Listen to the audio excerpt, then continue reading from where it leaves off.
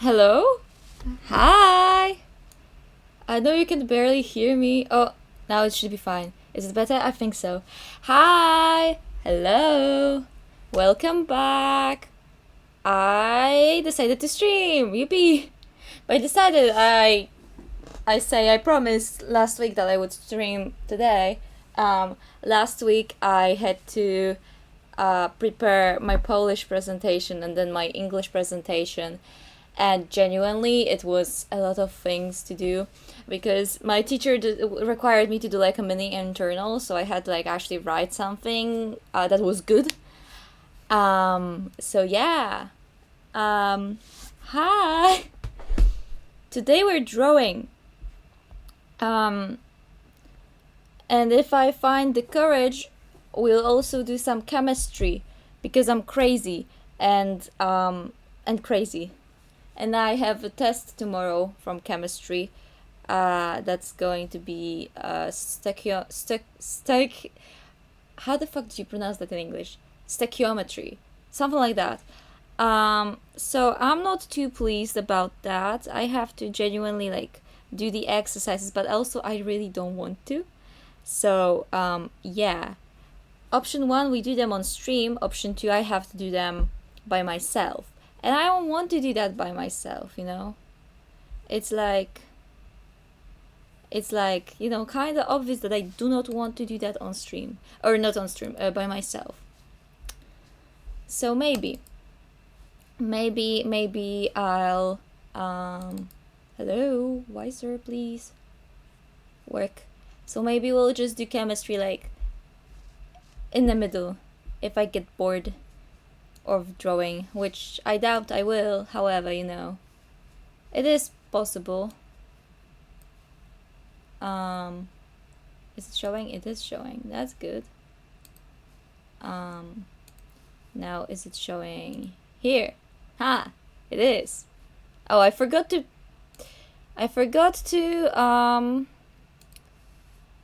open up my Discord to have the Fuki working. Foul mistake. I must admit. Don't do that ever again. I have to. I always forget, man. It's like, what do you mean my cute little guy needs Discord to exist? Unbelievable. Unbelievable. Streamer mode, I don't care. I'm not showing Discord. Oh? Why did it turn off my music for me? What happened? Hold on. Did it like change my audio? Discord, what the fuck? I don't like that. Oh, hold on. I have to change some stuff. Voice and video. Yeah, input device. That would be this one. Yeah, now it works. Good. Wonderful. Wonderful even. Can this thing even see that I'm speaking? Hello?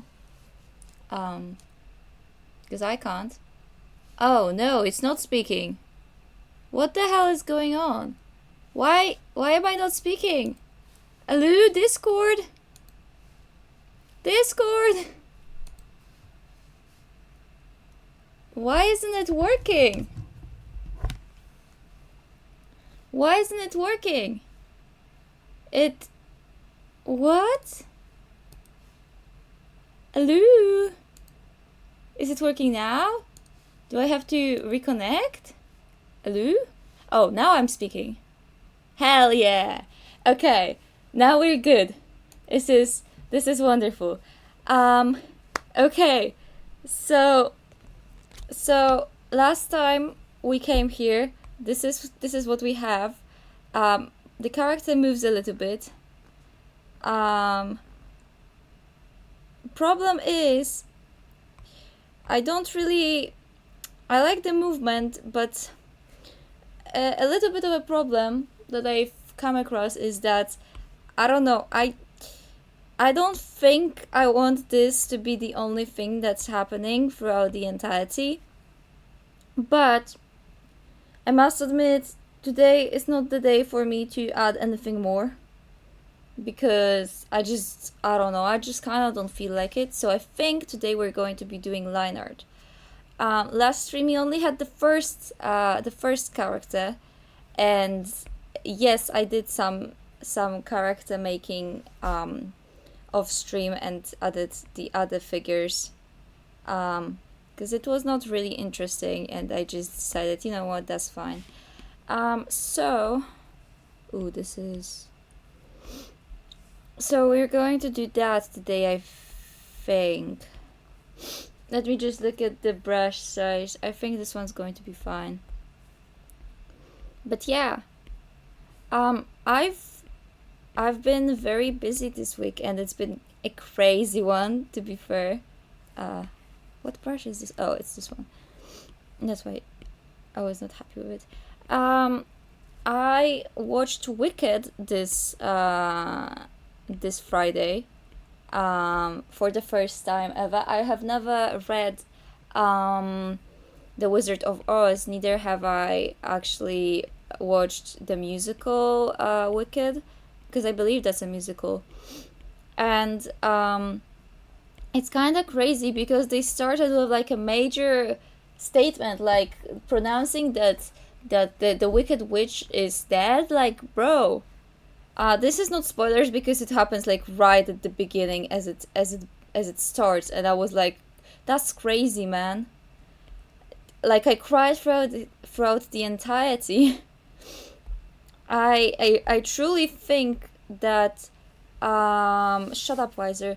I truly think that this is crazy, because what the fuck do you mean? You just say that at the beginning, like, is she really dead? I know it's like a marketing strategy, I think, that just like hooks you in for the second part, or maybe not marketing, but like, you know, storytelling strategy that just hooks you in, and like, you know, I think it's a two-parter. I'm not sure. Maybe there's more parts, but you know, maybe there will be more parts. I am not sure. However, like, you know, they said to be continued, and I'm like, bro, you can't just do that to me, because this is I'm so excited for the second part, but also like, what? And I have, at the beginning I was like, oh my god, what the fuck is this? Like, sure, like, good stuff, but also like, should I watch it because it's so popular right now? Probably just some other mainstream popular type of bullshit that I will not like. And then I watched it and I cried throughout the entire thing. So I'm really skeptical about liking popular things, because usually I don't like popular things, in the sense of, like, popular music right now would be rap. I don't like rap. It's, you know, I don't really like club music. I don't like clubs. I don't like drinking. There's so many things that I don't like that are popular. And this is why I have like a aversion to popular things. Like, I know they're probably popular for a reason, but also I view the world differently than many people do. So this is why I just don't really look at popular things in general. I look at popular things in my special interest category, or just not popular things at all. It kind of sounds like I'm saying this like I'm not like the other girls, but truly, I don't like. I don't care if I am like the other girls. I just found a pattern that on average I don't like. I don't like the things an average girl likes. You know, which says a lot about me, but also, I don't really care that much. So yeah, but I just tend to not look at mainstream things. I just don't care is the thing. Like, if the mainstream thing happens to be something that I found through my interest, then go for it. but I'm not researching like what's the most popular thing right now and how like all of this stuff. I don't go to movie because it's popular. I only go to a movie because it sounds nice, or like I have a story that that like gives me a reason to go to the thing. Because like for with Barbie, for example, I went to Barbie because as a small child I watched Barbie. Also, my friends wanted me to go with them, so went with them to see Barbie, and I was like, you know what? Yeah, that's a good movie. And also like the portrayal of women, that's kind of close to me. Recently, I've read a book called Kwiaty w pudełku, Japonia oczami kobiet. I know you have no idea what that is if you don't speak Polish, but it's basically like it's a, uh, how the fuck do you say reportage in English? I've googled that. I think it's like a reportage still, but like written with AGE at the end, not a jet. Um, it's crazy. The Polish language is crazy sometimes. We have crazy letters and crazy names, but what I wanted to say is that I've read it, because it's my Polish subject, like obligatory reading or something, um, for IB, whatever. And I read it. I finished it this week, and I must admit, I got I genuinely like was out of words, because the whole thing is about Japanese women and how their stories and everything uh, that they do, they say, etc. Like, um, the stories were about their genuine things that genuinely happened to them. All of it was like based on real events that the women talked about to this author called Karolina Bednarek. No, but not Bednarek. Bednarz. Yeah. I need to start remembering the names of authors because I'm really bad at that. I've realized, and I hate that I'm bad at it. Um, but yeah, I've read that, and now I'm like, holy shit, they have it so like hard there, and it's kind of like mind shattering because I used to want to live in Japan, and me, most likely a woman. I have no idea if I am a woman or not, like by my what I feel at heart, but I'm not. I'm not. I don't feel wrong calling myself a woman. Honestly, I just don't care about my gender. But like that's because I am the way I am. So a normal person that does not share my view of my gender would call me a woman. So so realistically, I'd also have it that difficult over there as women in Japan. And I probably have it even harder because, first of all, I don't know the language. I tried to learn, but then I kind of like failed. I stopped learning really, and it not the best move by me. Had I wanted to actually go there, but I kind of like just stopped caring. I think I started liking English more than Japanese, because that was in the times when I still like was not. I wanted to move to Japan when I was still not really a big fan of English, but then I started being a fan of English, and now I you know there are so many other places that I could move that prioritize English over Japanese because I don't know Japanese again. Like I know some phrases. I know how to say my name is, or I know how to say like basic stuff, very very very basic, and some phrases from anime that I've learned because anime, I watch that sometimes, as honestly so many streamers do. It's crazy.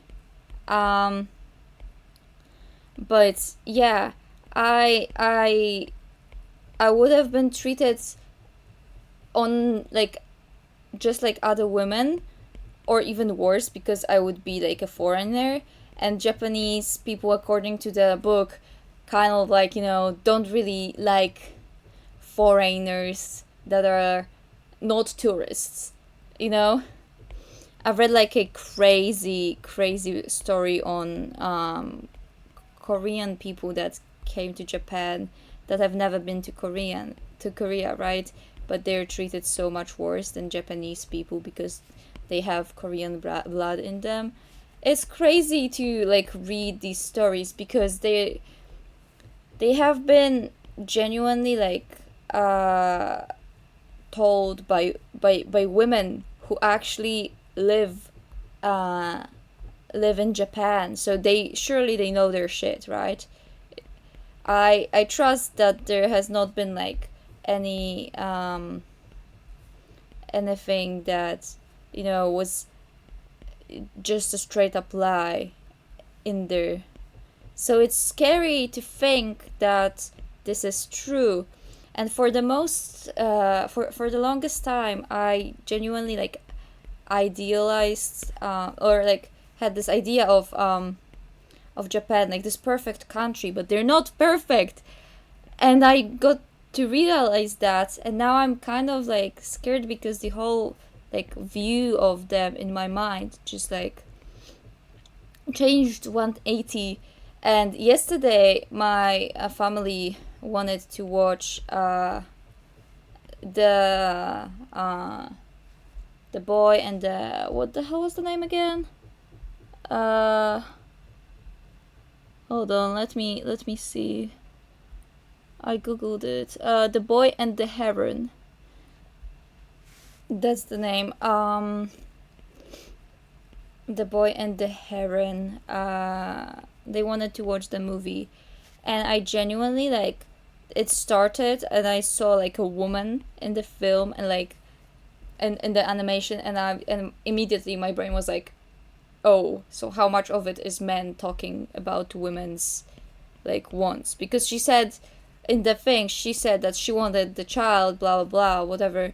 And I was like, do you want the child, or does the society want you to have a child, so you want a child, because there's been multiple stories about the people actually, or the women actually not wanting children, but society saying you have to have a child to be successful or something. Like there's been so many like sad stories about it. I don't know if the book has an English translation. I really hope it does, but it could not have. um I'll research what it would be in English. Flowers in the Box. Actually, I'm going to check it in English translation. uh there's Polish edition, but that's the original one. I want I want the I want to see if there's an English one. I don't think there is an English one. Kinda sad. Kinda sad. Because I feel like this book deserves to be translated. It was written like really with a really easy language to understand, like very straightforward and like like honest, and just saying what it means, out of the gate. No beating around the bush, nada. So I was positive. I was really positive about like the way It's shown basically, but it's a bit of a problem. No translation to English that I found. So, um, so if there ever is a translation, it would probably be something around something like flowers in the box, um, uh, Japan from the point of view of women, or something like that. I think that could be a translation. Um, maybe one day I'll translate the book. Who knows? I don't know if I'd be able to. I'm really bad at translating stuff. This is why when writing I'm sticking mainly to one language, and it's usually English. It's just easier to express emotions and things when I do so. So yeah, if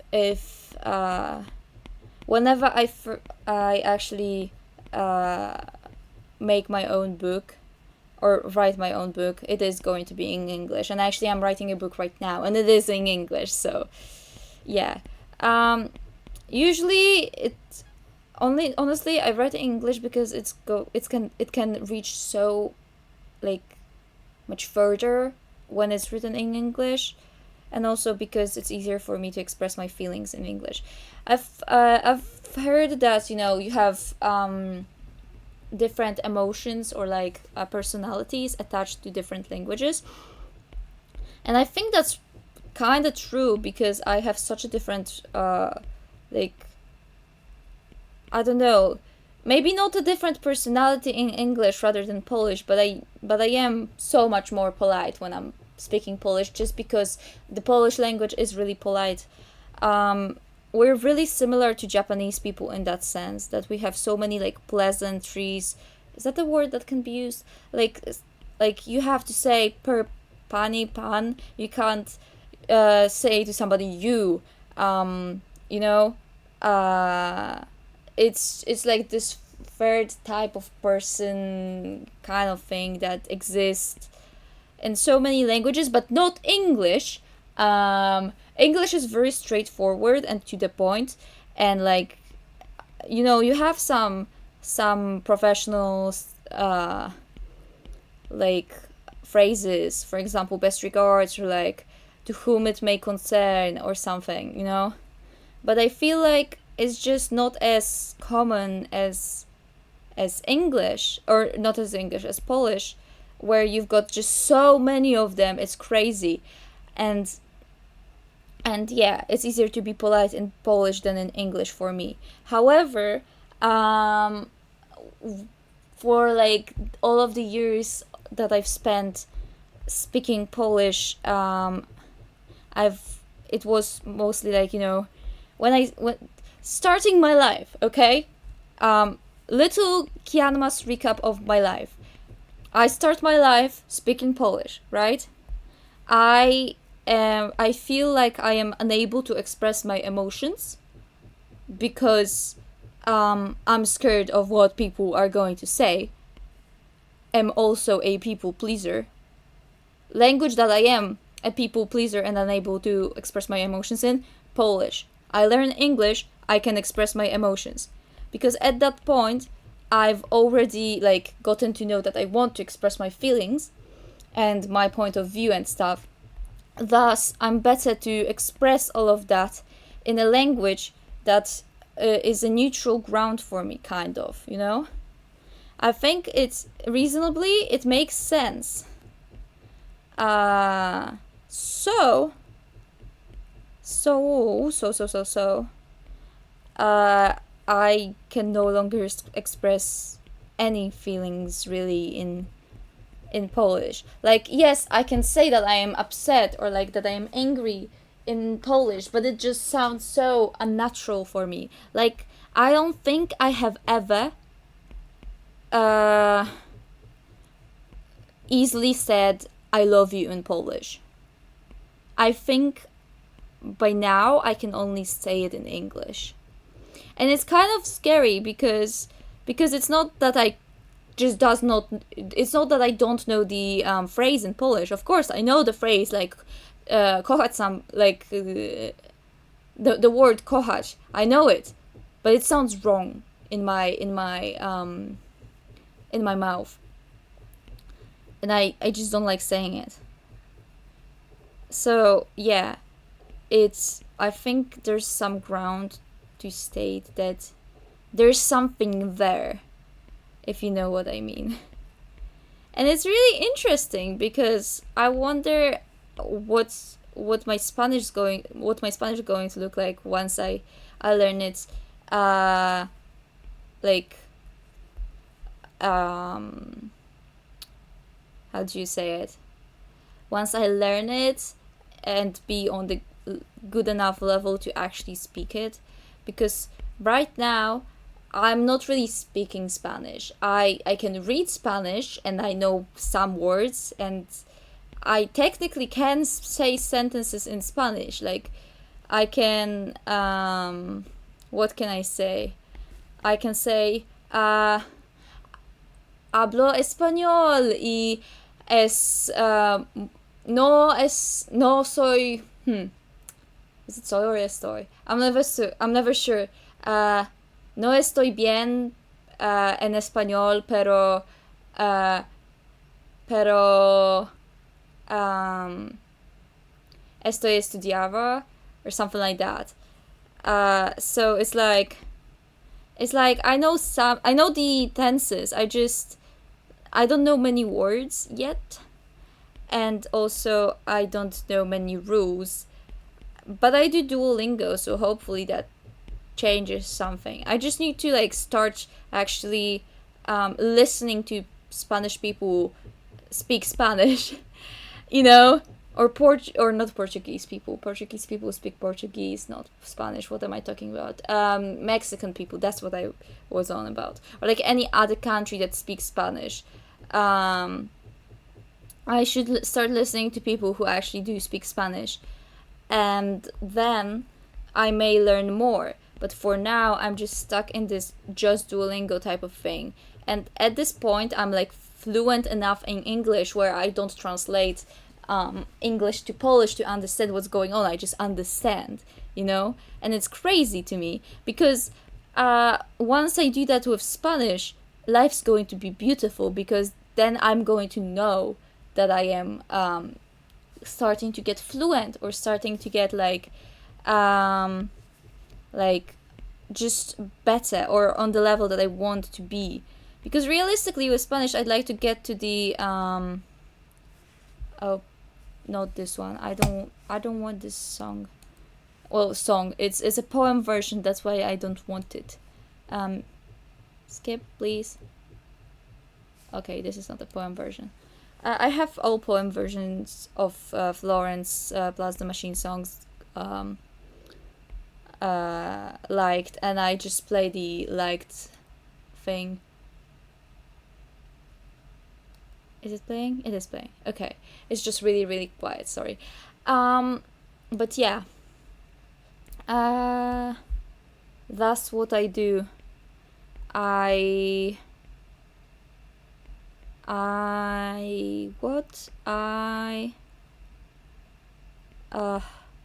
Words. I don't have them. Don't have any. What was I talking about? Oh yeah, once I get to the same level I'm in English, I'm going to be happy with my Spanish. But also, you know, I genuinely started learning Spanish because of my friend though, so this is crazy. Because in primary school I was learning German instead of Spanish. Like I genuinely chose German, and the only things that I can say now is ich habe Deutsch gelernt and ich habe Musik gehört. I think. and also ich bin 70, 17? No, 70 Jahre alt. I think. I think that's 17. I'm not sure. What else can I say?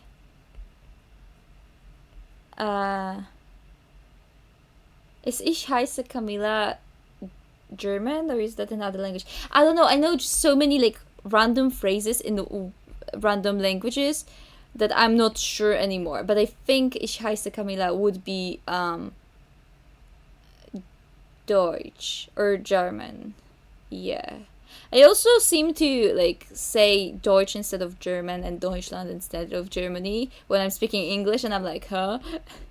That's because that's what it is in German. Also, I'm really like weirded out by how different like the names for Germany are, because in Polish it's Niemcy and Niemiecki, all of that. In English it's German and Germany, right? Then in German it's Deutschland and Deutsch, and then in Spanish it's Alemán, and I'm like, huh? Like, why all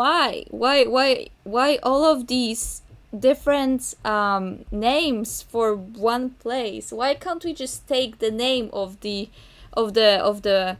like the official name that would be the one presented by German people, right? Because I just don't understand why can't we just name things as they're named in the language. Like, I understand that some languages have like different versions of the name that are similar because it's easier to say, right? But also at the same time, like, I believe in people to learn how to say Warszawa or like Polska, okay? Like, why do you have to say Poland? Why can't it be Polska? It's something that's bothering me. Not because I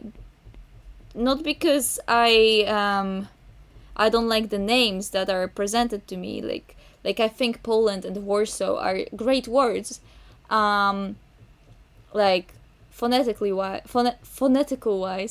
But I just don't see the point. Why do we have to translate everything? Why can't we just adjust? Because I feel like our ability to speak would increase greatly had we learned how to like call the names by their like original names, and then like you wouldn't have to learn what the place is in your language and then in every other language, right? But you could just have one thing, because Polish language has its own name for like so many English places, or like USA places. We literally have USA, I think it's like United States of America, right? We have Stany Zjednoczone, which is a translation. However, it's just like, I understand why, but I don't understand. Like, I understand and I don't understand why. I'm going on a rant about a random thing right now. This is crazy. But yeah, it's something that I've been like skeptical of, like the weird names. Like, they're usually similar, but like, why the hell is Germany so like named weirdly? I don't understand.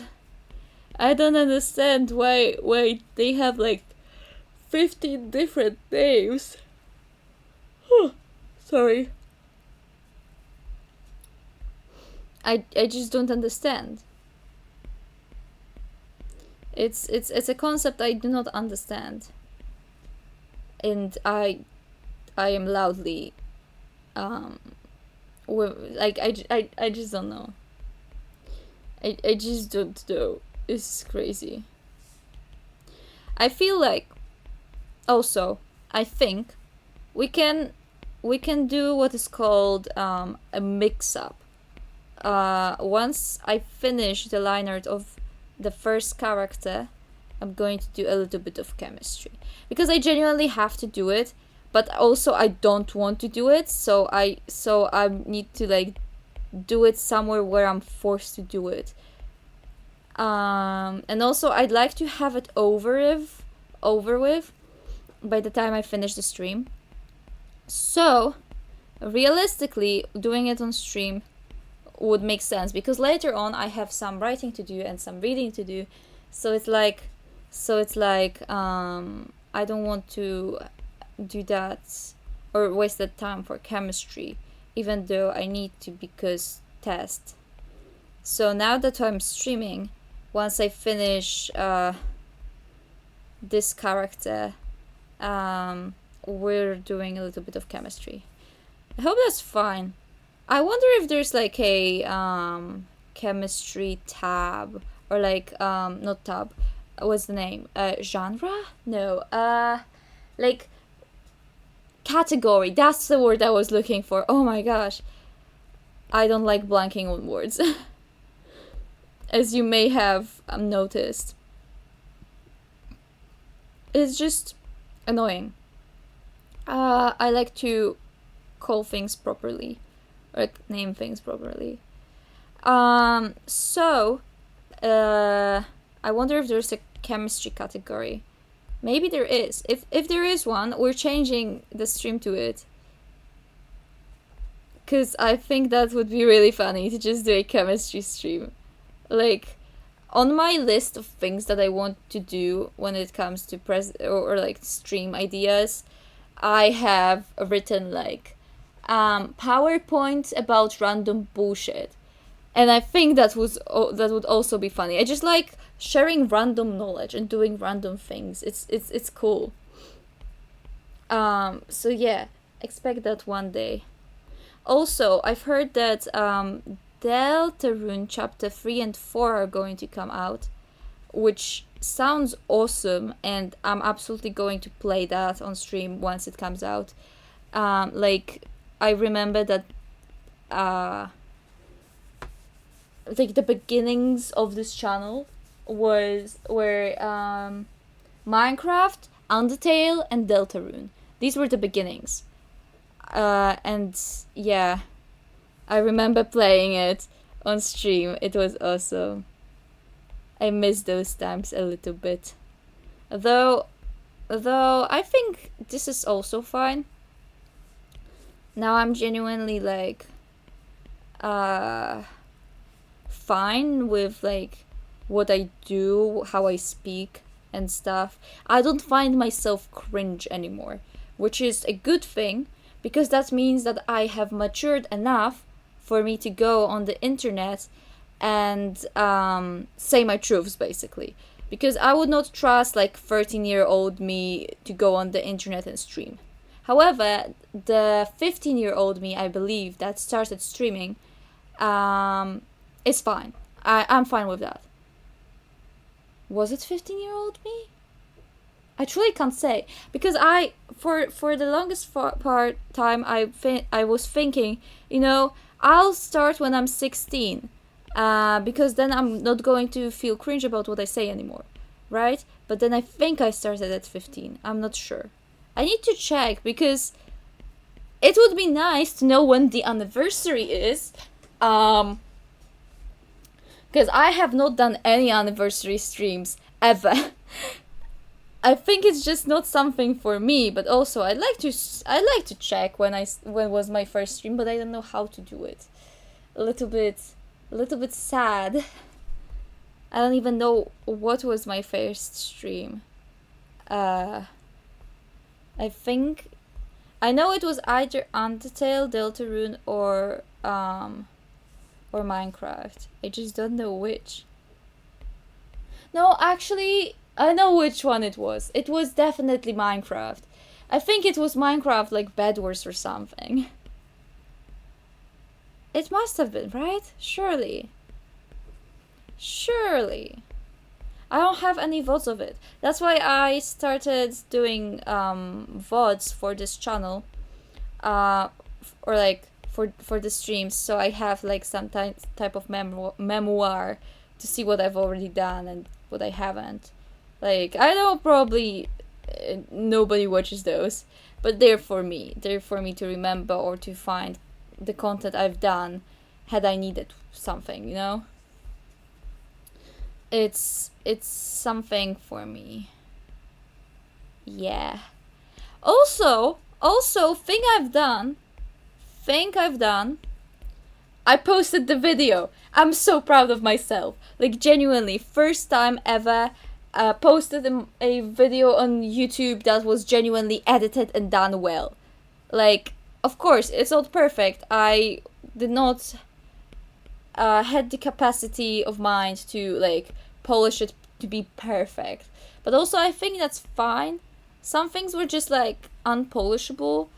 For example, some audio. I had some like audio things that I had to cut out, and yeah, it's interesting. And also with my voiceover, I did not want to record it again, and I found like some things that I said like unwell, but it's my first ever video that actually has a script and is done well. So you know, I can't complain about that one. Next one is going to be better, but also I don't know what the next video is going to be about. I've actually thought about it, and I don't know. We have to do like another challenge because what the fuck? I don't have anything to talk about in a video. I think the videos are going to be very sparse, or they're going to be me playing random video games. Maybe. I don't know. Also, it would be nice to have some friends to play with, but you know, it'd be like that sometimes. Sometimes you just don't know people. Well, I know people, but none of the people stream, so maybe one day you'll see me collab with somebody. Also, I've realized that this year I'm turning 18, and it's crazy. I genuinely am going to be like, you know, an adult. Like 3 years ago, Tabo and like turned 18, and I was like, huh? I was like, huh? How does this happen? How is that possible? And now I'm the one doing it. I'm so old, guys. It's awful. Like, there's so much in front of me. I have not yet like, oh, this is crazy. I'm genuinely scared because like, you know, half a year and like 1.5 year of like high school, and then I have to like think of college or like university. I think it's university. Crazy. Crazy. Genuinely crazy. I'm taking a gap year to like actually look at my possibilities and then get some money beforehand, so I don't get like stranded and have problems with money. I would really not like that. So I'm just going to stay like one more year to earn money and shit, and yeah, that's honestly that's what I'm going to start doing this this summer break, because I'll finally be 18. Well, finally, I don't really want to be, but at the same time, I'm finally well, I can't speak anymore. I'll finally be 18, so I'll be able to take all of the jobs that there are, because there are so many jobs that just require you to be 18, and I'm like, ugh, because I couldn't find any job that was that was not for 18-year-olds when I was looking like half a year ago. So yeah, finally I will just get rid of that problem by being old. And yeah, maybe finally I'll get to earn money, which would be nice. Would be very nice, honestly. I really want to do that. And then hopefully finally I'll be able to buy a new PC. That's the first thing I'm buying, and after that I'm uh doing a fund for my or fund. I'm gathering funds for outside of uh for living outside of Poland. So these this summer break is just me gathering funds for the PC. Then after that, I'm gathering funds for living. You know, makes sense. I also need to decide where I want to move and where I want to study and what do I want to study, because I'm still torn. I still don't know if I want to do like um, animation or game design or like what. I'm scared of doing any of these because it's just something that probably AI is going to become better and better at doing, and just like I'm going to be I think like writing games is something more stable at the moment, and I think I could be better at it than animation. So probably maybe that. But also animation is just so cool. Like like this is what we're doing right now. We're doing animation. So I could genuinely like stream my job. I don't think I could actually. I think it's something that's prohibited. But I could basically do this as my job. Like that is a possibility. You know? I could do my school assignments on the stream. Well, realistically, I think I have I done any school assignments on stream? Uh I'm not sure. Have I? I've shown you guys my Pecha Kucha about Matpad. But I think that's it. I don't think people will consume AI content enough for AI to replace real people making their own fun ideas. You know what I mean? Yeah, I think I've turned my head like my mind around for it, because at the beginning of AI I was like, oh my gosh, we're so doomed, we're so doomed, we're so doomed. Now I think we're not doomed anymore or as much, but I still don't like AI and I'm still like outwardly against it. Um, it's just the fear has like you know simmered down a little bit, but I'm still scared. Especially because it's getting like normalized. Genuinely though, like one day I like looked at what my father was doing, and he showed me like a Facebook page for his work that he's done, and like showed me the photo of like some Halloween themed photo or something, and I looked at it, me, interested in like how it was done, or like did he do it himself, and like because it was really like it was it didn't look realistic to me, and then he said it was AI, and I was like, man, like you could have asked me to draw it, like please. I don't like that it's normalized, and genuinely I've been like so sad, and the worst part is like he doesn't understand the like the downsides of using AI and normalizing it. Like genuinely it rubbed me the wrong way. I think you shouldn't be too afraid about AI stealing potential jobs and just do what you love. Yeah, I'm trying.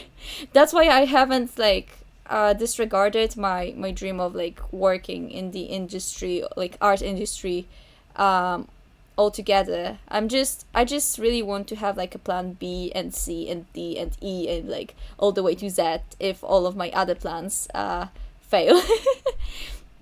I like having options and not be scared. So yeah, that's why I took chemistry as another subject, because I had as an IB student I had to choose like a science, right? And realistically, I could have just taken like, for example, computer science, which I took, and visual arts, and that would be like perfect for game design and art and animation and all of that. But also, like, I want to have a sort of insurance that I will not just be able to do that. So now I'm taking chemistry and also psychology, which is cool. I wanted to take chemistry, like, regardless. It's just a cool subject, and I like learning about universe, so it worked out really nicely. And with psychology, it's kind of similar, but now if like AI genuinely like turns out to steal all of the jobs, which I don't think it will steal all of the jobs, but it's, if for example, if I will not have any like um potential possibilities of working where I want to, I can still, for example, like do cyber security or all of that, or like the impact of media on human behavior. I can still do like something else with the things I've chosen. So it's nice to have options. But yeah, AI is just like some gray area that I don't know how like it works exactly, and I don't know where the line between AI and like a written code program, whatever is, which is scary for me, as I have started like learning to code in Java, and like so many of the programs could technically be like considered that but are not, and I don't know like where the line is, and it scares me a little bit. But yeah, I still have time to choose what I want to do in the future, so I'll wait probably till the last possible second and then decide. I'll just make an educated choice probably. So yeah, that is something that I have the privilege of doing, and we'll see. I'm hopeful that people will understand that human art has a higher value, question mark. Yeah, a higher value, I guess that's the way to put it, because it's been genuinely done with like it's original usually. Sometimes, well, sometimes it's not, but that's because some people, I don't know, some people just don't get what art is about. And it's sad, but also you can't blame people for trying. Sometimes it be like that. Though stealing art is never good, so. Or, like, plagiarism. That's the right word, right? Yeah. Never good. I feel as though the pure stigma against AI will make real people's work worth more.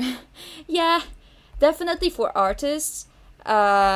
Like artist to artist, that's definitely going to be like the real work has more value now, artist to artist, but to like known artist people probably also. I think many people or many brands, especially like indie brands, will use like the no AI included in their project as like a card that says, hey, we're better than all of the other brands. I think that's something that's going to arise, and that like this is going to basically attract a huge audience of like maybe artists, maybe people who just don't like AI, maybe people who are scared of AI. So it's going to have its own like pluses, but also there's going to be the group that is just for AI, and that's it. So I think the world's going to get divided again. But yeah, definitely, like the hatred towards AI, especially from the artists, will make an impact, and I think the impact can be seen as of right now. Also, I've seen many streamers, for example, say they're like completely against AI and would never want um their content associated with AI.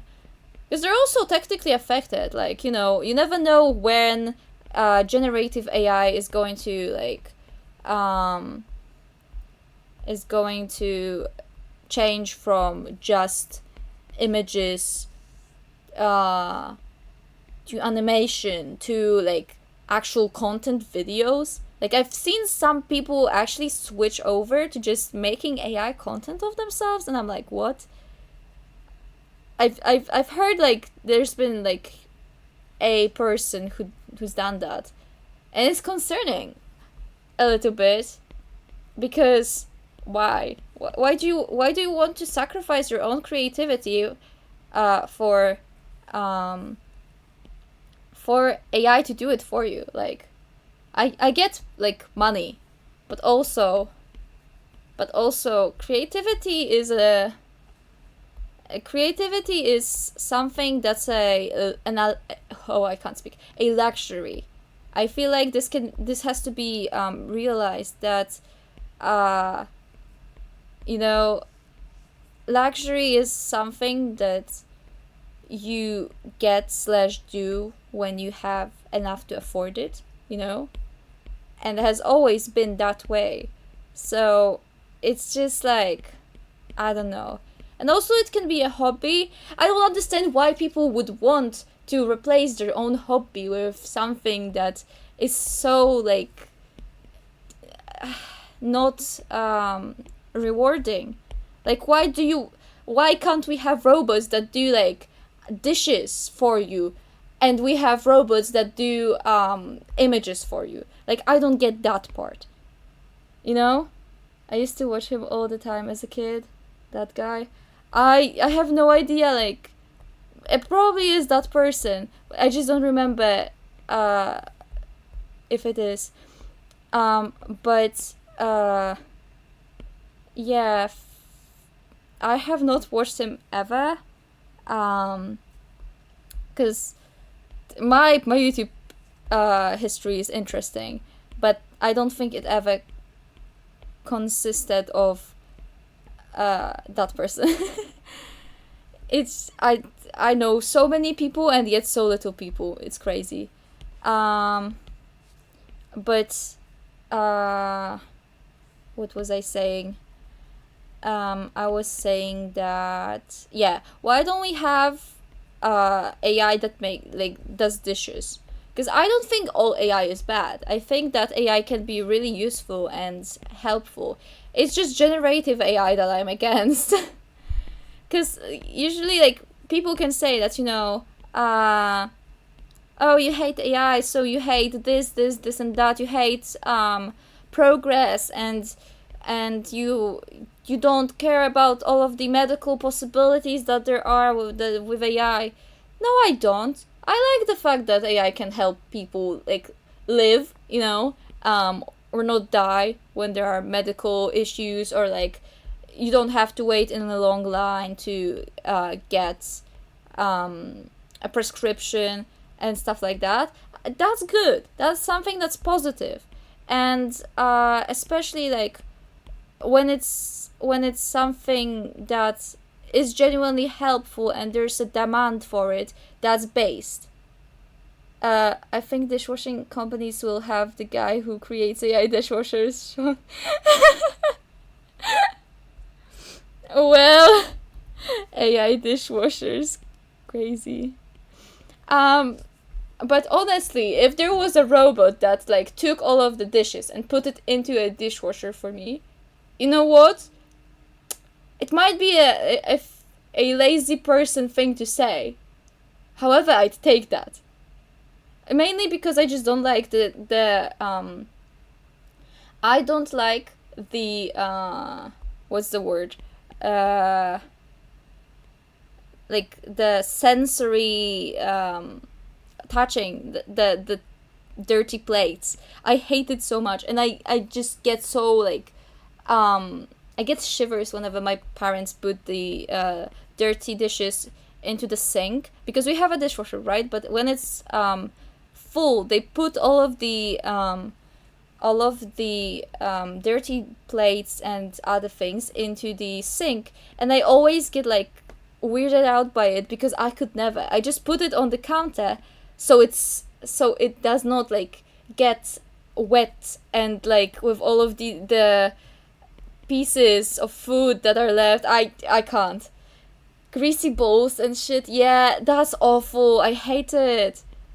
Or like when you accidentally touch like a part of like part of a food that was still on the thing, like, oh no, I could never. That's why if there was some, like, I don't know, robot that could do that for me, great. I'd take it. But like, there are so many things that AI could be used for, but instead we choose to use it, like, pursue generative AI because what? Because human artists are not enough? Like, what? I've seen so many like good pieces done by humans. And by good I mean like astonishing. Like, I don't, like, sometimes I feel like, how is this real, you know? How has that been done by a real person? But that's the beauty of it, because it has been done by a real person, you know? And somebody actually invested time to make it the best it can be. AI doesn't do that. AI just like decides, hey,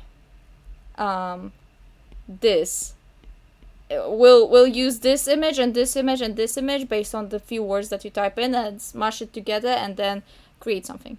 You know? It takes away from art. It's it's sad. But there are good uses for AI, and I will not lie, there are many good uses for AI. It's just the way we, like, humans or like big companies chose is not the best, in my opinion, at least. Hey, we've got the first line art, I think. Yeah, I think this is okay. Maybe the eyes need a little bit of a change, but so chemistry, am I right?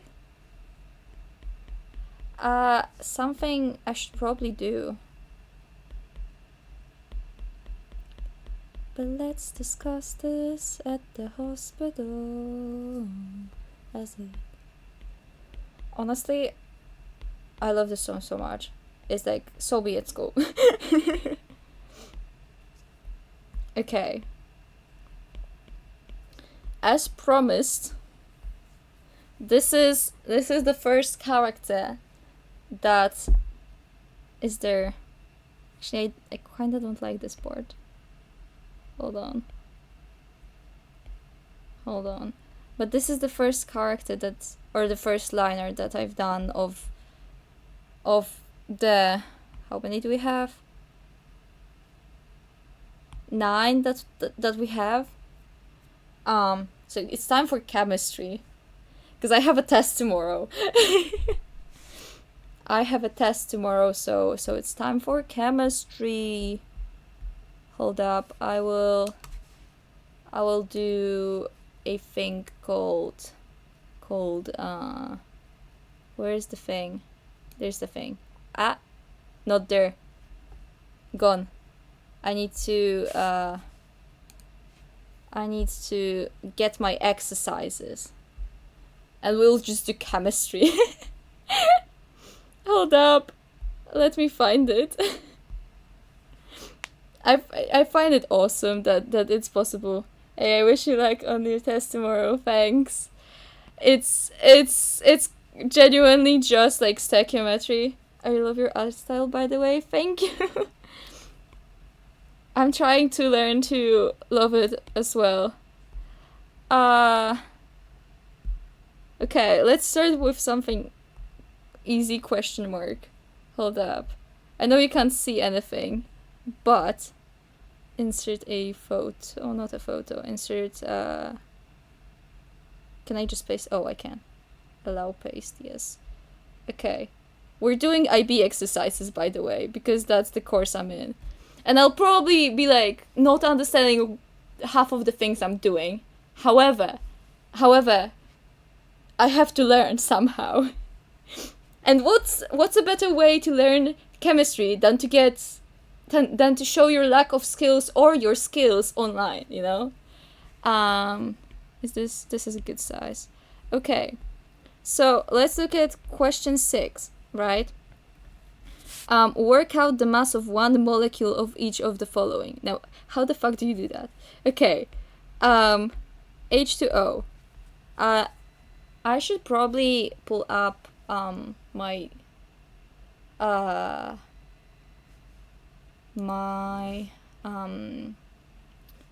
periodic table. Hold up. I have it somewhere. The mass of one molecule?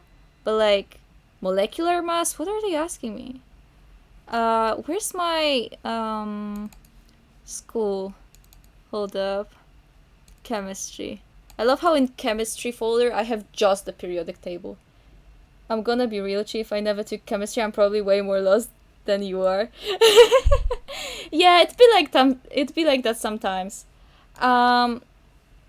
But okay, I know that molecular mass. I don't know what they're asking me here for. So we'll see with the answers. But realistically, I know that molecular mass of this would be 1.1 times 2 because that's hydrogen, plus 16.00 because that's oxygen, right? So this is 1802 grams per mole. Now, is that what they're asking me for? Because I don't know. What mass? Mass of one molecule. Feature of the following. I'm going to do a quick thing called looking at the answer. And then with that we can figure out how to do exercise. That's always something that I like to do because it's a thing that I found that when I see the answer, it's easier to see how to get to the answer, you know? I know on the test I will not be able to do that. However, can the thing work, please? Hello? But for just for learning, I failed to scroll so many times in a row. Excuse me. Textbook, please. So yeah, like an example question. Yeah, I've had those, but I don't really like the way they phrase it in the thing, in the textbook. So that was question 6, I think. Okay. Honestly, I don't know why all tests don't have that. Yeah, please, like, let me see what I've done wrong and correct. So, are there 3 examples here? Yeah. So it's 2.99. What is going on? So the answer is... Hold on, I have to write it down.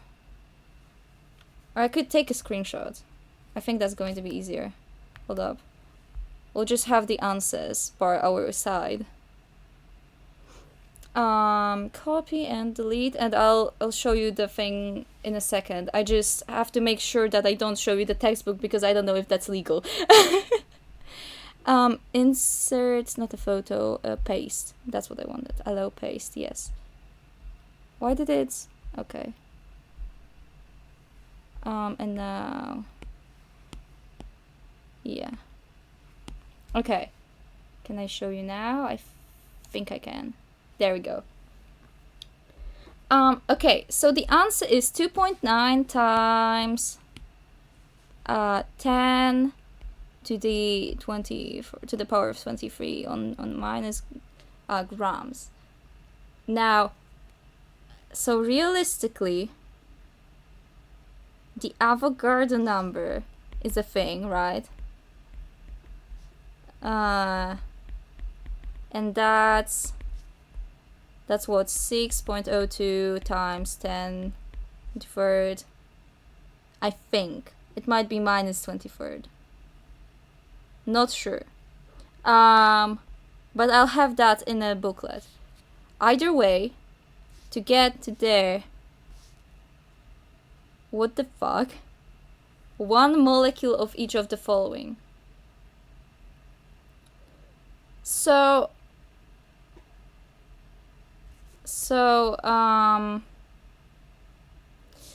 if 6.02 times 2 to 23rd is something, then how much is what? I think I'm failing to understand what I'm doing. I think I'm a little bit failing. Okay. Let's leave that for now, and I'll come back to it, and maybe I'll my memory is going to come back to me. I think I might understand you. Go on. While this happens, I'll tactically look at the 7th one. Work out the total number of hydrogen atoms in each of the following. So 1 mole H2. Then because 1 mole equals the 2 times 2 to 23rd, and so I think hydrogen atoms then would be 2 times 6.02 times this. I think maybe I'm incorrect. No, because that's 12.04 and that's 1 point here times. Yeah, so this makes sense. This, yeah, they just did it differently. Yeah, so I can do the 7th one. Does hydrogen or oxygen have mass? There's 2 answers for question 6, so they might be asking just for the mass of one of the 2 elements. I forgot what the 2 means in chemistry. Which 2? The one in H2? That's like a molecule. But they have like multiple answers for 6 because there's multiple like points. But hydrogen and oxygen both have like molar masses or relative atomic masses, I should call it. And so it's like the number that's relative to like carbon 12 or something. Yeah, 2 hydrogen, 1 oxygen. Yeah, that's how it works. So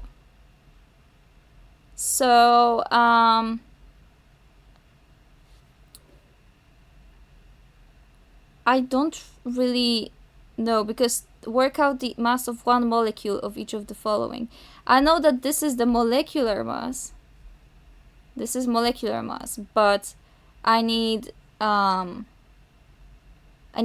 just mass, because I know this is a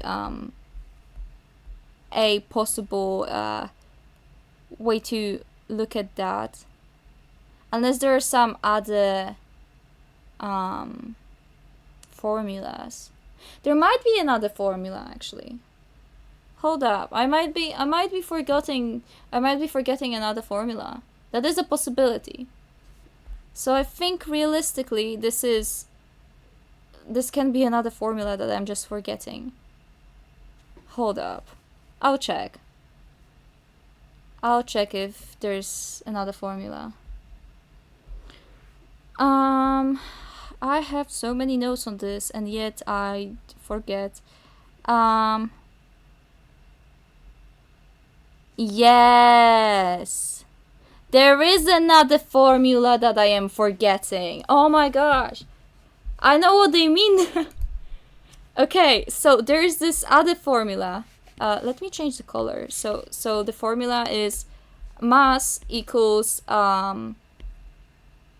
molecular mass divided by the Avogadro constant. That's Avogadro constant. So this makes sense now. So realistically, I just have to remember all of the formulas. I remember some easier, like n equals m divided by m. I know this one because I use it all the time, but I've never used this one before. So yeah. So in this case, we can erase all of the other stuff, and then we can erase that because that's the answer, right? And so if we're looking for like mass of one molecule, because that's what it's stated in the textbook, then we just have to do the 18.02 gram per mole times this. Yeah. Let me take out my calculator. Hold up. To see if that works like it's supposed to work. We have this like very advanced calculator for IB, which is crazy because like I genuinely do just like basic math equations on it. But yeah, I think, oh sorry, it's divided, not times. Oopsies. But yeah, I would have made an oopsie. So 18.02 divided by 6.02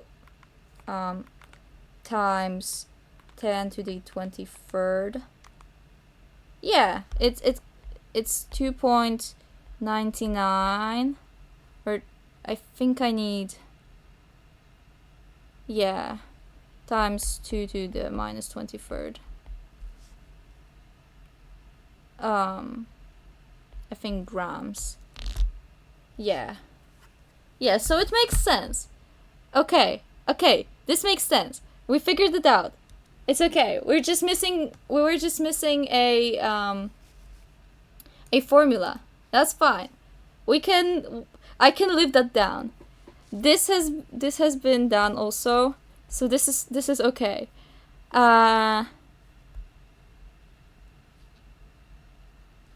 Okay. I think I know where this is going. However, I have never not put something into a calculator. 6,641. What? Times? Did I write that incorrectly?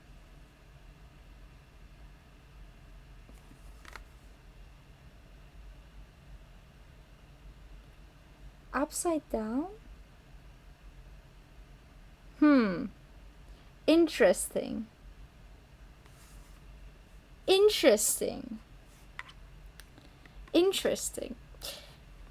That is going to be in my yeah, that's going to be there. Sure. So let's look at the example B of the 7th one, because I get 6th one now. It's just a formula, so that's fine. So if we have 0.200 mole of CH4, and I have to work out total number of hydrogen, we have 4 times hydrogen. Very sophisticated mathematics. Yes. That's me when putting 2 plus 2 into the calculator. So yeah, so if 1 mole equals Na, then 0.200 mole equals 0.200 times Na, right? And this times 4, because we have 4 this, for of hydrogen. I say this and point at the tablet, as you can see me point. You can't. So 0.2 times 4 times 6.02 times 10 to the power of 23. and then um the number is 4.816 times 10 to 23rd. And is that, if that's correct, then we have the thing solved. Yeah, they put in 82, so that's basically the same thing. So I think we understand the 7th. Well, I understand the 7th. I don't know if you guys understand the 7th. So I think we can move on from that, because it's basically moles times the amount of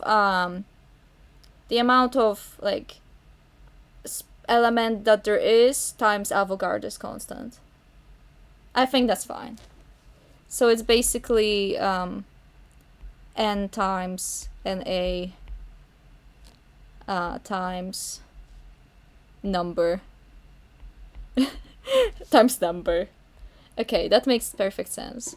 Okay, let's look at question 8. Calculate the total number of atoms in each of the following. Okay, I think that's similar. It's because we have 0.0100 mole NH3, right? So we have 4 total like atoms in one molecule. Thus, if we do it like 0.0100 times 4 times Na, I think we're going to have the answer. I feel like I'm solving puzzles right now, which is a little bit crazy. Okay. Is the answer... No, the answer that I got is 2.40 times... Or 41, sorry. Times 10 to 22nd. And now, is that correct? Hell yeah! It is correct. So I think I understand. This is way above my league of understanding.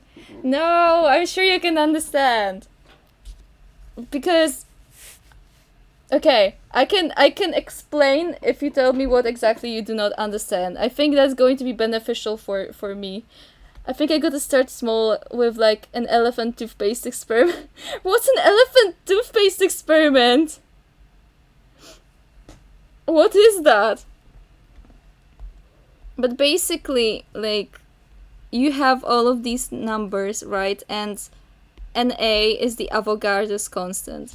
And he's like a guy that basically stated, you know what, let's have everything relative, because every single like number, like a mass, for example, for one molecule is so small that it's like, you know, you don't really want to use those small numbers. You don't know? No, I don't. It's the paper mache volcano. Oh, I've never done that, nor I have not seen that, I think. Listen, in Poland, chemistry looks so much different. Like, or chemistry, science in general. Like, we don't have science as a subject. We have everything split out nicely into biology, chemistry, physics, and geography. I think that's all of the sciencey like subjects. And we've never had that. Maybe it's just my school being boring. Maybe. But yeah. Okay. Geography is part of science. Yeah, it comes from, because there's this there's in 4th grade in Poland of primary school, you have a subject called Przyroda, and it's basically biology plus geography, but not the geography, like, not this social one. You don't learn about like names of countries and places on the map. You learn about like I believe rivers and like maps and like all of that, and they count that as part of like, understanding of the world, I guess. So for Poland, or for Polish students, geography is a science. Also, I feel like so many things are sciences, but just like people don't view them as sciences, because like everything's science if you think hard enough. But just the most popular sciences, I guess, are biology, chemistry, and physics. Yeah, because psychology is also a science. Okay, so we understand the 8th question. That's good. So let's move on into the 9th one. Calculate the number of moles of oxygen atoms in each of the following. Haven't we? I love how half of this is work out something, the other half is calculate. There's no difference. Crazy. Okay. Calculate the number of moles. Okay, so they want moles. So let's do A. 0.2 mole of H2SO4. Acid. And we want oxygen. Okay. Number of moles of oxygen atoms? Okay. They couldn't have just stated number of moles of oxygen. No. So we have 4 oxygen. And what now? So 0.2 mole of the whole thing. This is total. So I think, realistically, all of this contains 0.4 mole oxygen. However, I am not sure. No, this is 0.8. Oh, yeah, because they say 0.8 because this would be for 1 mole and times 0.2. Or not 0.2. What? Hold up. Because 0.4 times 0.2 is 0.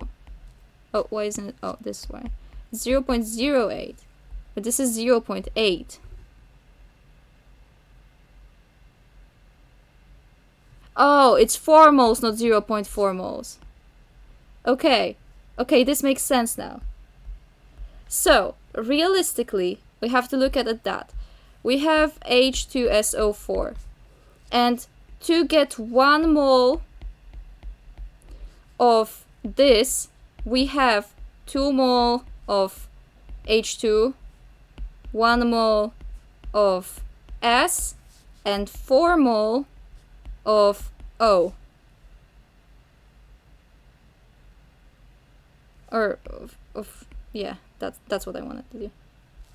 So if we have 0.2 mole, then we have of all the substance, then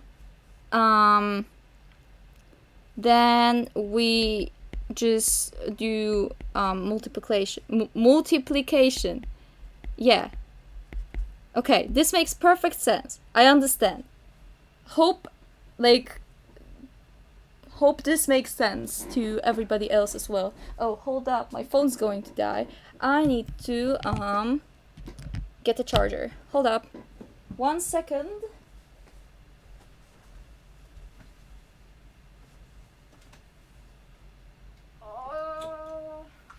I hope I charged my I hope this will work, because I'm using a wire. Oh, it works. Great. I'm using a wire that I would normally charge with for like connecting the tablet to the laptop. So yeah. Okay, wonderful. So, first 4 questions are done. Wonderful. We understand. What have we learned from this?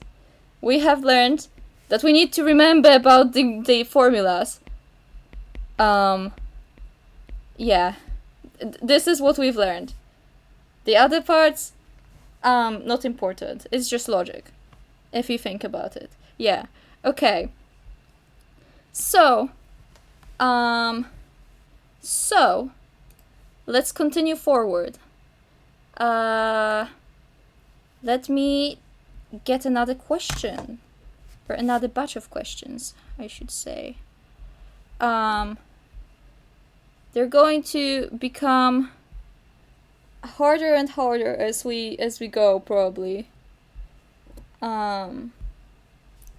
Okay, paste. Allow paste.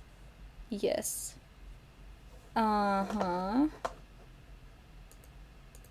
There we go. Yes, here we are. What do they want from us here? Question 10.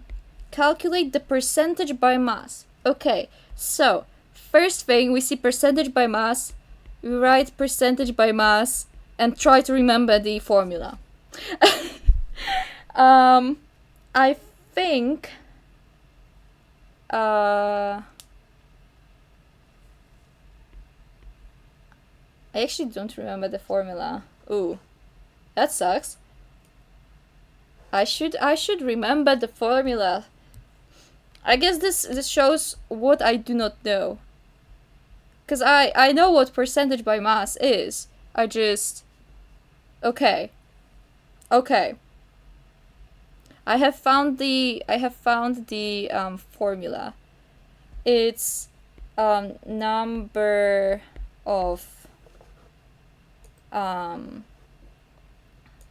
number of atoms times AR divided by M times 100%. I believe that's it. So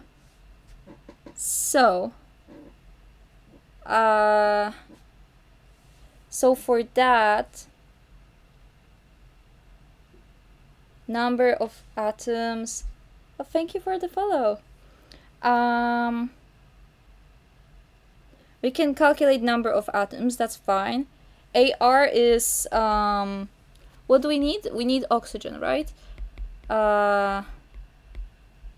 So AR for oxygen equals 16, because that's the relative atomic mass, and it's in the periodic table, so that's a constant. And then for A, molecular mass would be like basically the mass of the whole thing. So we have 2 times 12.01, because that's relative atomic mass for carbon, plus 6 times 1.01, plus 16.00. And that, I'm going to use a calculator for that. I'm really bad at doing calculations in my head, so yeah. 6 times 1.01 plus 16. So that's our molar mass. Okay, so we're missing number of atoms. Now, if we look at our previous thing, total number of atoms is basically this, the molarity times Na, or the Avogadro's constant, times the number of the thing that there is. So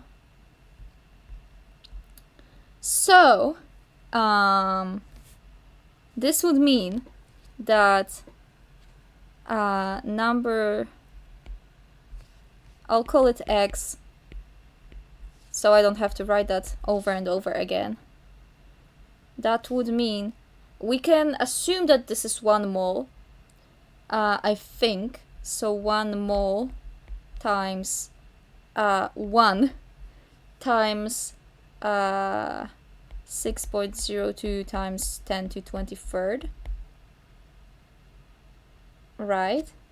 And then that means it's 6.02 times 23rd. So percentage by mass of oxygen equals 6.02 times 10 to 23rd times 16 divided by 46.08 times 100%. I think that makes sense. If it doesn't, then I'm going to scream. However, I feel like this is a reasonable thing to assume, right? Times 16 divided by 46.08 and times 100. And this says it's 2.09 times 10 to 25th.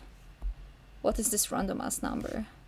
Let me get the answers from here. I don't think we've done that correctly. Hold up. I don't think we've done that correctly, to be fair. I look at the answer, and I don't think that's correct. So this is not what should have come out of it. Number of atoms. What if I type in just 1? What if it's just 1 atom? Will that make the difference?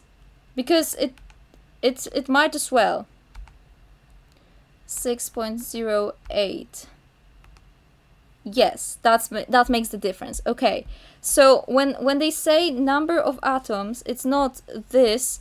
It's the number of, like, how many. Okay, so we look only at one molecule. Okay, it makes sense now. Okay, everything makes sense. So this is 34.72%. Yeah, that makes perfect sense now. Let's do another example, just in case, so we know that we know. So realistically, we just have to look at the amount of oxygen. Like in the B exercise, we have CH3, CH2, COOH, right? So we have 2 times oxygen. So AR equals 16.00, but it's times 2 because but it's times 2 because there are 2 oxygen atoms in one molecule. So it's 32.00, right? And then molecular mass is 3 times 12.01 plus 1, that's 6 times 1.01 plus 32, right? I think I haven't, yeah, I think that's all. So I think, yeah, it comes out to be 74.09 gram per moles, because that's the units, or the what's it called in English? I think unit of molarity. Yeah, and thus percentage by mass will equal 32.00, because we've already calculated it times 2, so we don't have to put in the times 2, divided by 74.09 times 100%. So it's 32 divided by 74 Yes, so it comes out to be 43.19%. And is it the same? It is the same. So we have now understood how to do it. It all makes sense. This is why I love having answers to questions, because I know then what I've done wrong. I can get to the thing and figure out how to do it. Okay, so we just assume that we only have one molecule of the compound, right? Okay, I think with that we can move on to question 11. And it'll make perfect sense. Calculate the mass of oxygen in each of the following samples. Okay, so now let's look at some formulas for mass, because this one does not apply here because it's mass of one atom, I believe. But there's this wonderful other formula that looks like this, and if we just change it a little bit, it looks like this. However, we do not have the molarity, so, or like the N, so I think it's a proportion thing. Let's see. Let's do A. We have 6.00 grams of C3H7OH. Okay. So, what now? We can... So, we have one O. So,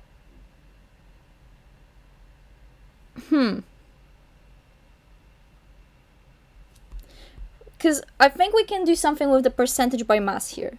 Because percentage by mass, we can take that away and delete the percentage, so just mass could be X times AR divided by M, and then not multiply it by 100%, because then it's not percentage then.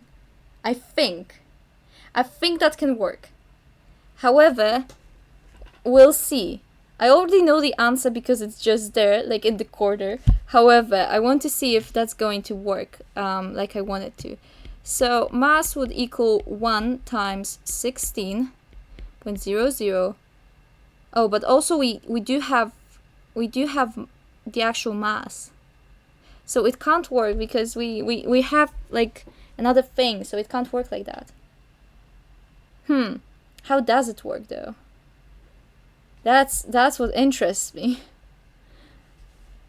There's probably another formula for it. If I'm gonna be honest.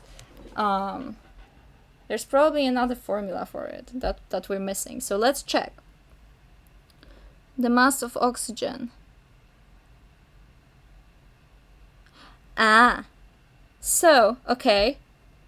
Little change that I found. Mass equals time mass of, hold on, let me change this little quick. Mass of element times mass of compound. I think that's the one that we need, because there were two. This is kind of like similar but not the same. So this is going to be divided by, oh my gosh, I have to calculate the molecular mass. Let's just write molecular mass for now. I'll put it all in the calculator, and times 6 grams. So it's 16 divided by 3 times 12.01 plus 8 times 1.01 plus 16 times 6. Well, I gotta go to bed. It's pretty late. Thanks for the lovely stream. Take care. No problem. Hope you have wonderful night. I will stay and do chemistry. If you wanna watch the VOD later, it's going to be on YouTube. I think it's linked on my on the site on Twitch. So, but enjoy sleeping. Thank you for being here. Good night. Okay, so that is going to come out to be 1.597 grams. So if we tactically round it, then it comes out to be 1.60. So it is the answer. Yeah, so everything comes out to be correct if we use the right formula. So what I'm learning today is I have to remember the formulas. And that's it. And I'll be fine if I remember the formulas. Unless the teacher decides to be genuinely like an asshole and give like exercises that are like out of the blue, you know? Which I'd hate. Oh, why did I? Oh, which I'd hate, but you know, nothing you can do about it. Yeah, okay. So we understand how to do that one because we have the formula. So now let's do the question 12. For each of the following compounds, work out the mass of substance that will contain 1 gram of oxygen. Okay, so now it's a little bit of reverse. So we have CH3OH. So we have mass of oxygen that equals 1 gram, right? Yeah. So we just have to change the thing. So it's going to be 1.00 grams equals 1 times 16 divided by m, that I'm going to calculate later on, times mass of compound. And we're looking for mass of compound. So now we just have to divide 1. Hold up, no. It's going to be 1.00 grams times molar mass and divided by 1 times 16.00. Yeah.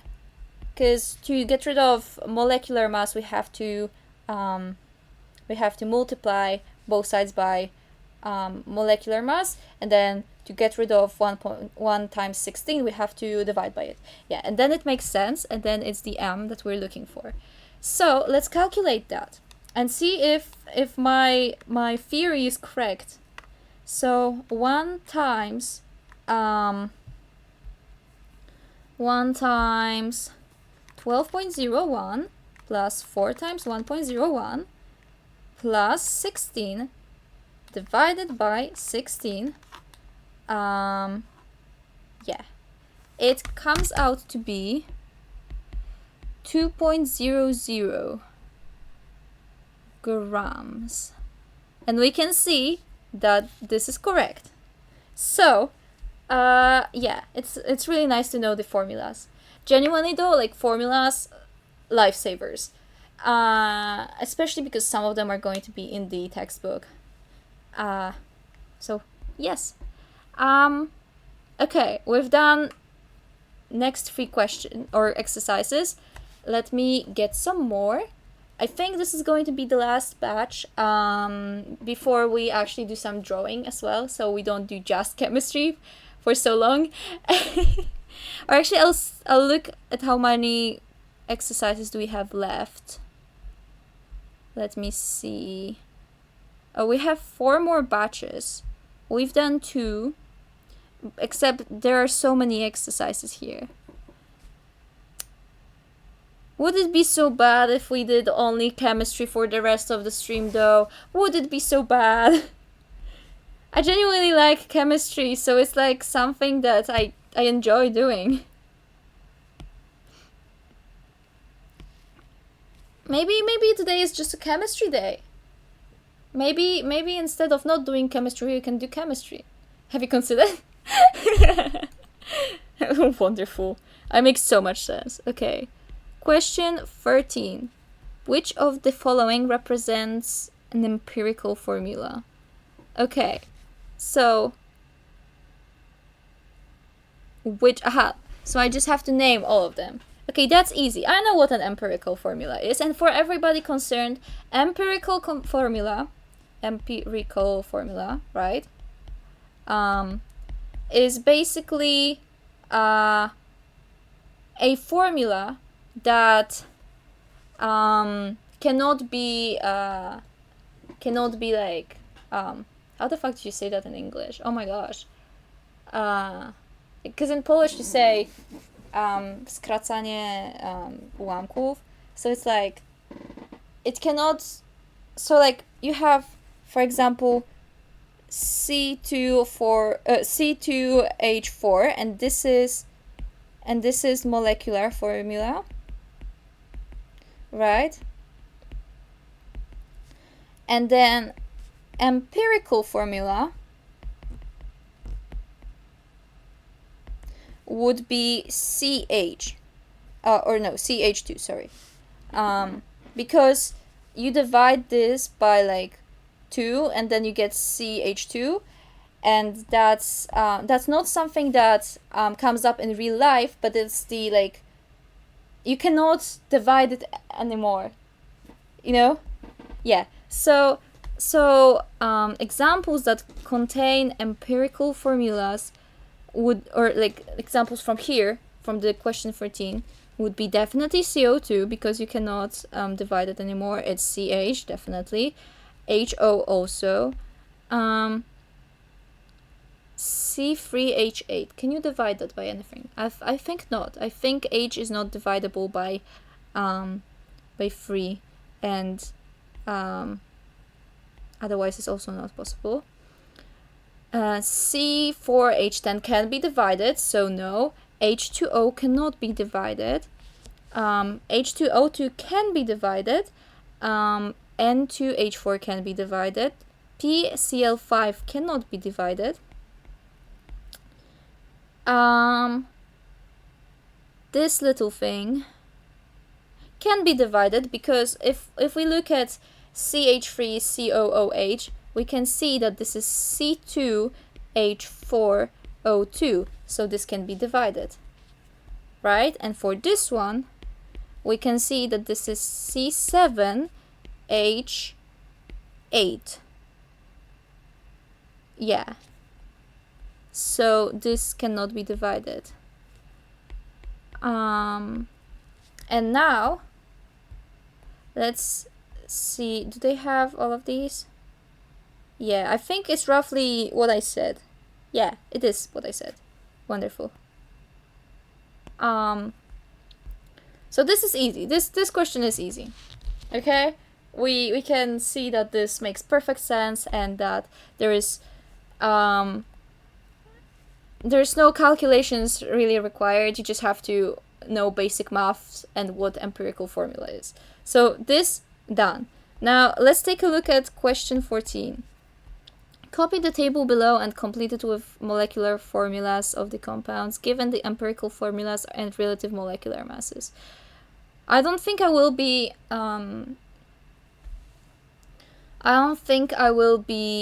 copying it, because I can just write it here. So this is 17.01. So molecular formula is H2O2, because we have to this have to be divided by this. So it's molecular mass by molecular mass, except this is empirical and this is molecular. Okay? I hope that makes sense.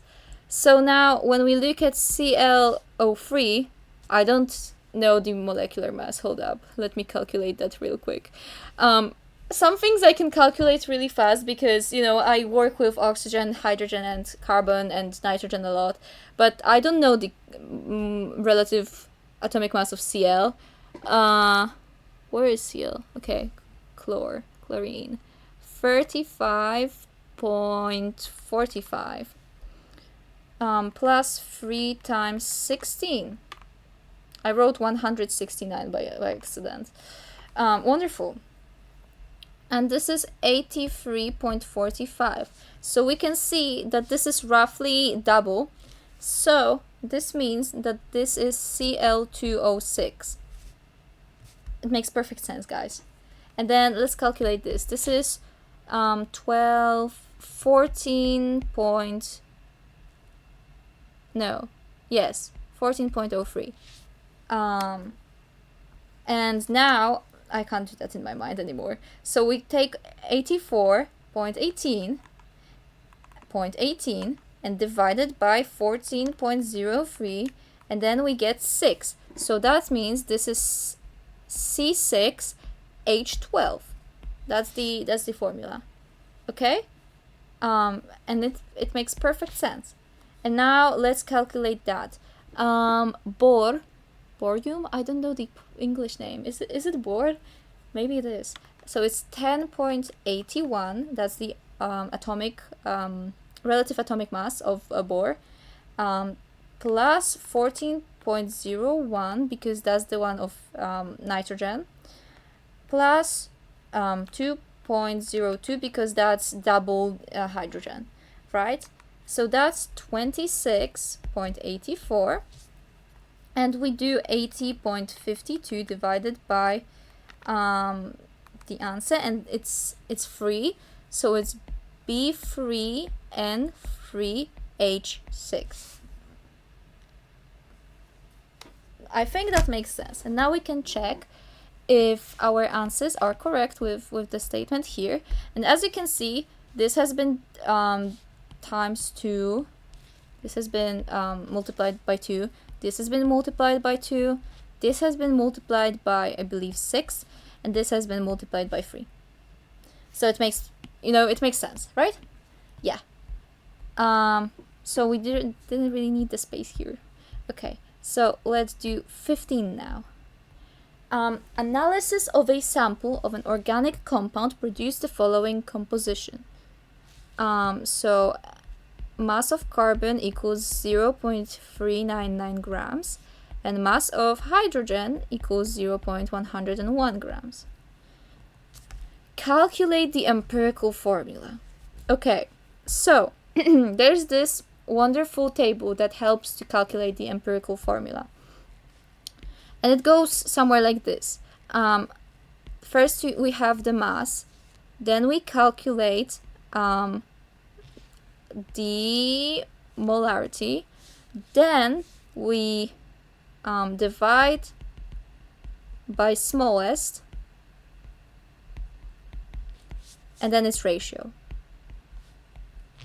Okay, so we look at the mass of C and the mass of H. So this is 0.399 grams, and this is 101 grams. So we have this wonderful formula called N equals M divided by M. And this is 12.01, this is equals M, this is 1.01 equals M. So to calculate N, we take 0.399 divided by 12.01, and it's 0.0332 mole, right?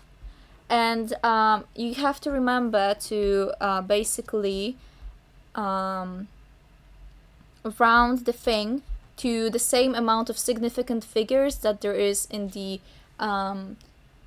data that you're given. So 0.101 divided by 1.01, I think that's going to be 0.1, yeah, mole. So we can see that this number is smaller. So we divide this number by this number. So we do 0.0332 by 0.0, or divided by 0.0332, and we do 0.1 divided by 0.0332. And this is, of course, 1. And this is 0.1. Let me divide that real quick in a calculator. And this is around, this comes to be 3.01. However, if it's a small difference, we can just assume it's free. So therefore, the empirical formula equals CH3. And we can look at the answer here if it shows that it is in fact CH3. And now we can do the other part of the exercise.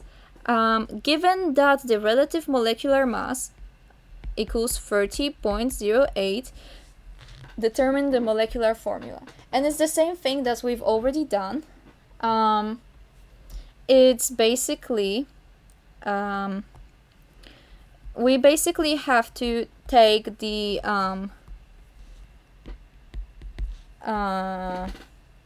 molecular mass of the empirical formula, which equals 12.01 plus 3 times 1.01, which is 15.04. And we can see that this 30.08 divided by 15.04 equals 2. Thus, the actual formula, the molecular formula, equals C2H6. I feel like this is reasonable to state, and we can check with the answers that in fact this is the answer, right? Makes sense. Okay, now we've got some other questions to do. However, I do need to go to the toilet, so I will just tactically do that.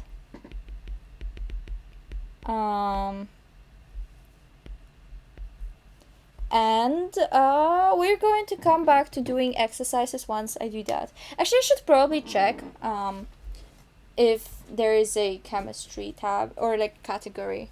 I jokingly said that at the beginning of the stream, but you know, I should do that. But be right back. I do gotta go to the toilet.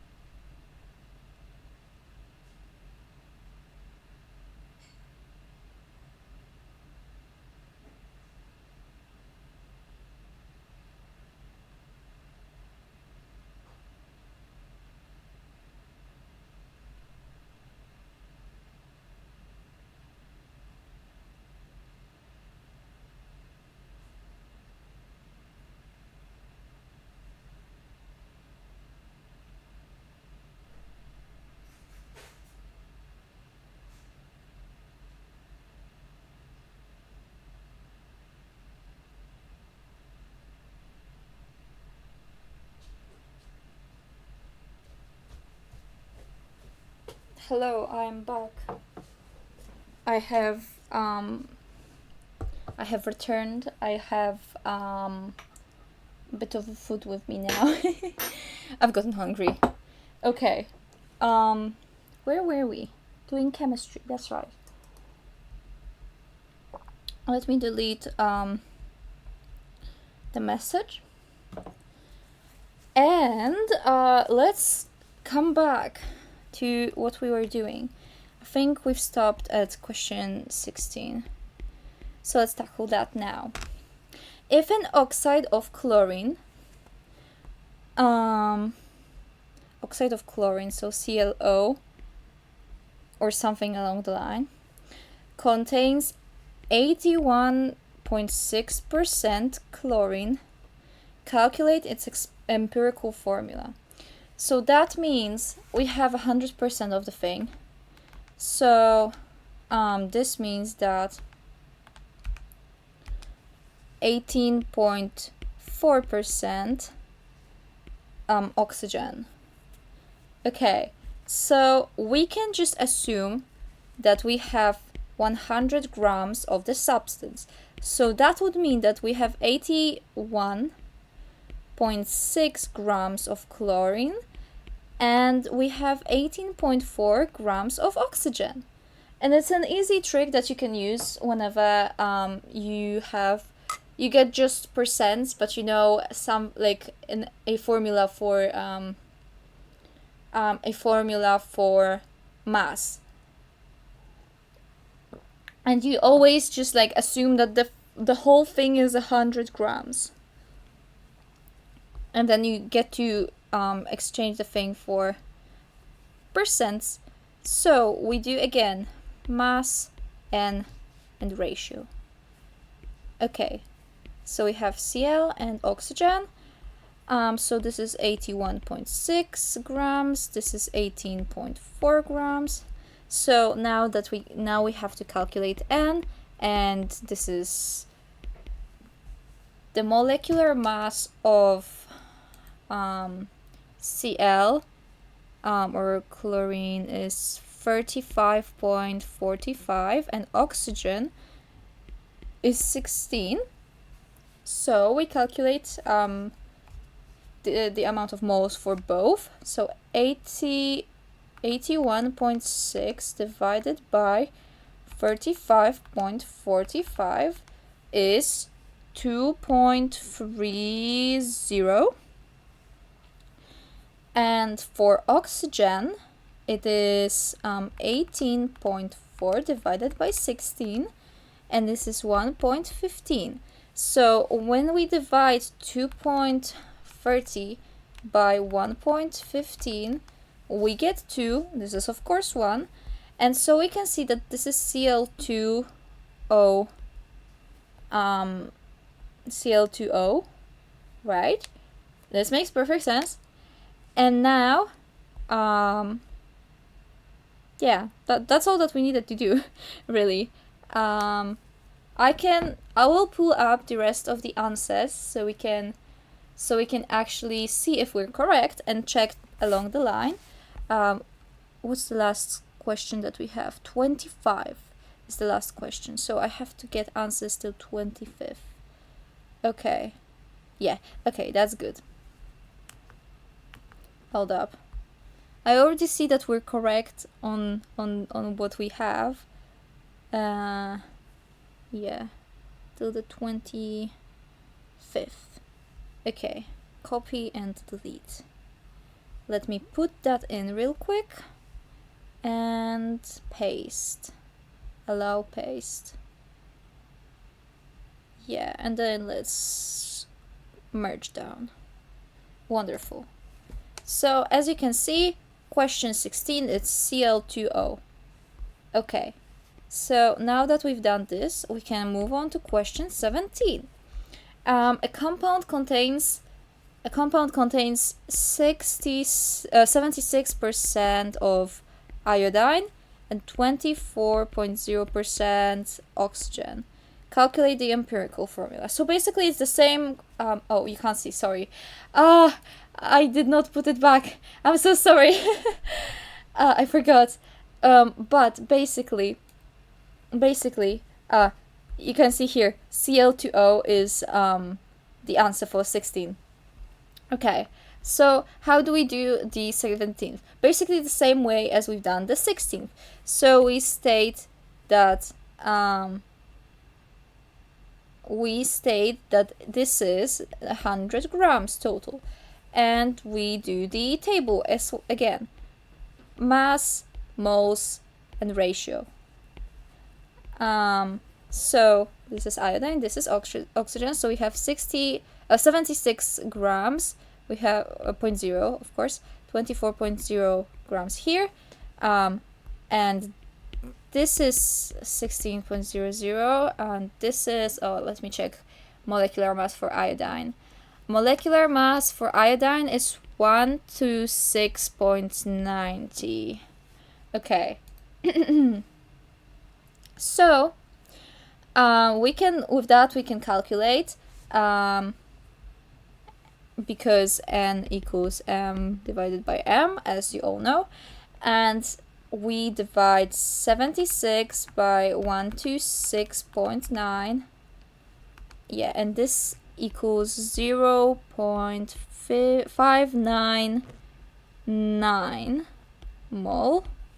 And then the second one is 24.0 divided by 16, and this equals 1.5. So now we calculate.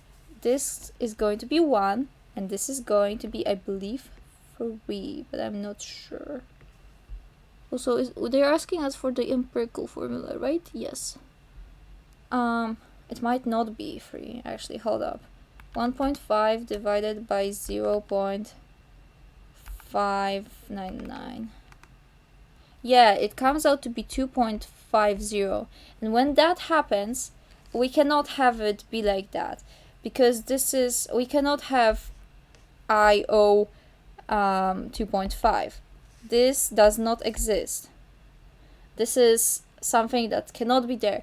Therefore, when that happens, we have to multiply by 2, and then iodine equals 2 and oxygen equals 5, and then you have I2O5, and that's the molecular formula, or not molecular, empirical formula. You know? Yeah, and as you can see, that's the answer here as well. So yeah, we can now move on to the next question. That would be the 18th one. Let's see. Oh, hold on, I have to do one thing.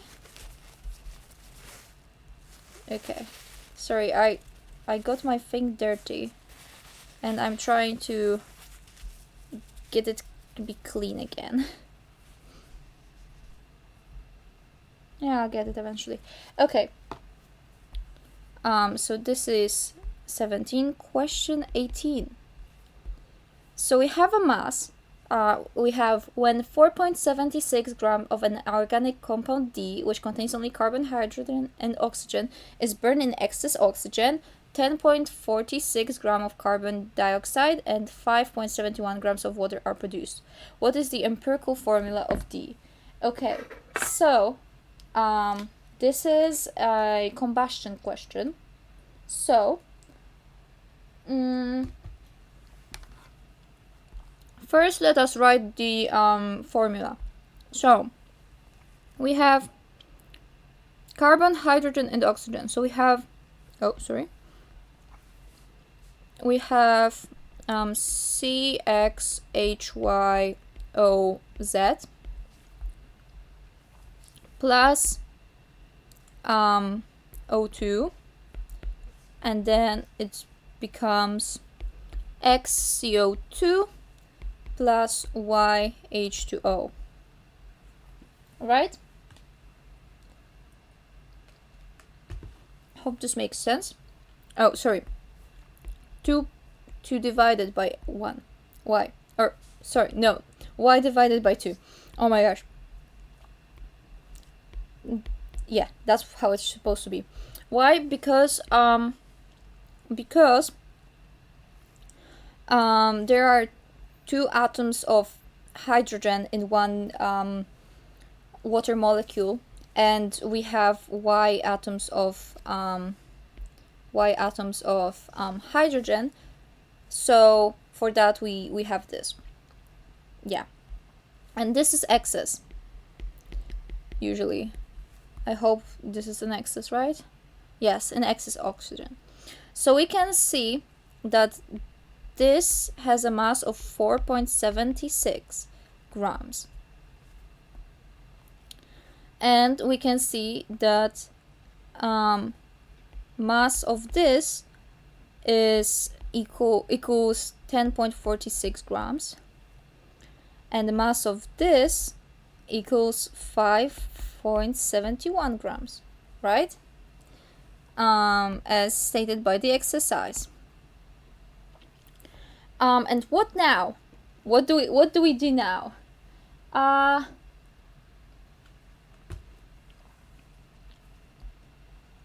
They want the empirical formula.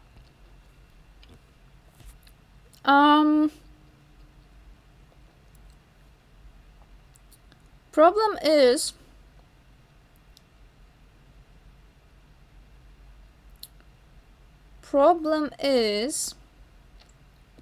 that we don't have the mass of oxygen, because the oxygen comes from both the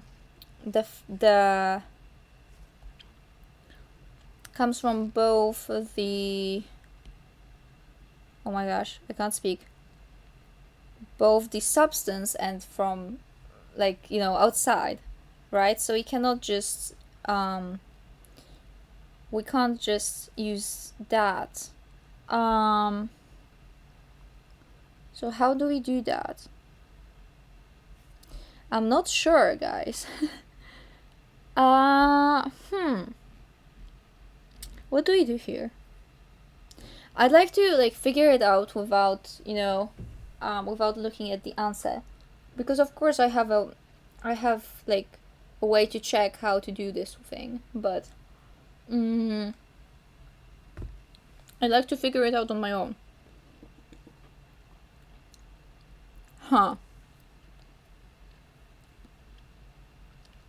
Having in your arms. Best song, by the way.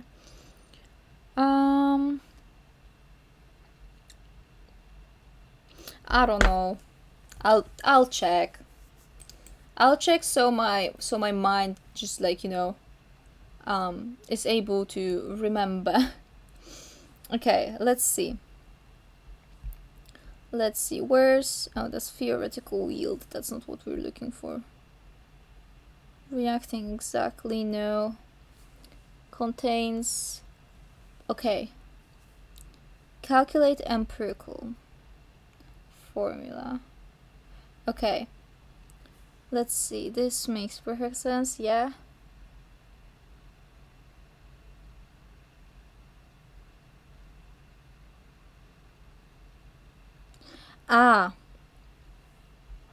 So, okay.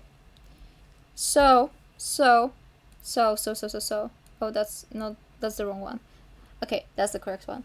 We have to, for this exercise, we have to remember that there's this formula, and it's, hold on, let me do it. Mass of, let's say, like this, equals x times AR divided by m times m total. This is the formula that we need to use here.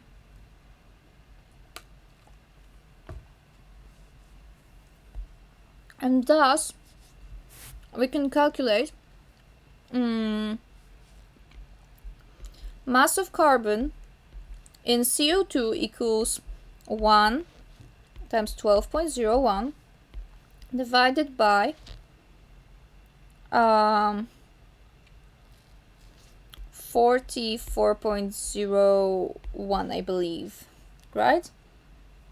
Because it's 12.01 plus 32. Yeah. And it's times 10.46 grams. So it's 12.01 times 10.46 divided by 44.01, and this comes up to be 2.85 4 grams. Okay, and then we calculate mass of hydrogen in H2O. So we've got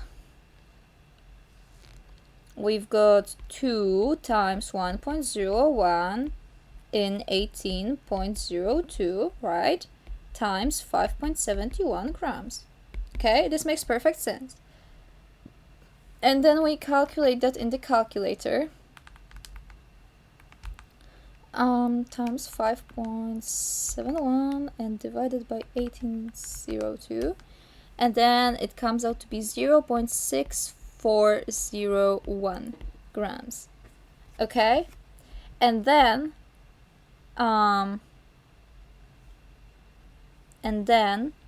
we take the mass total, right, and then mass of oxygen equals mass total minus mass of carbon minus mass of hydrogen. So it equals 4.76 grams minus 2.85 grams minus 0.640 grams. Okay, and that equals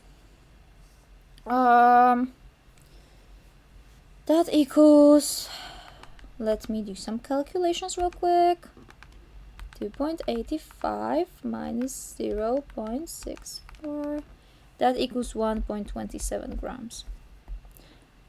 And now that we have masses of all three, we can calculate the empirical formula. Okay, we can do the table again. Mass and ratio. C, H, and O. So C equals 2.85 grams, H equals 0.640 grams, and oxygen is 1.27 grams, right? And now we know that this is 12.01, we know that this is 1.01, and we know that this is 16.00, right? This makes sense. Now we calculate the N, so we do the 2.85 divided by 12.01, and this is 0.237 mole. Then we take 0.64 grams divided by 1.01, and this is 0.634 mole. And we take 1.27 divided by 16, and this is 0.079 mole, or 0.793 mole. 3? No, sorry, 4 more. Right? And the smallest one is this one. This one. Right? And so we have to divide every single one.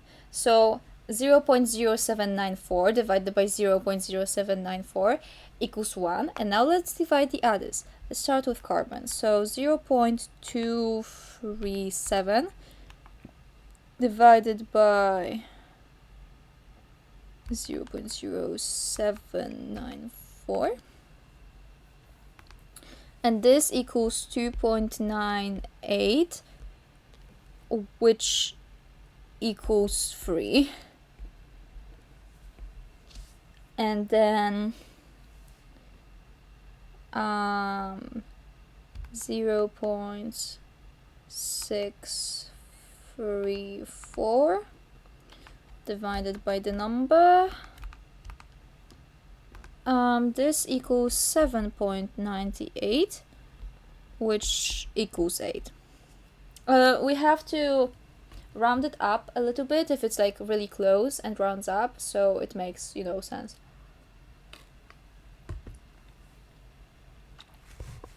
Okay. So this would mean that the empirical formula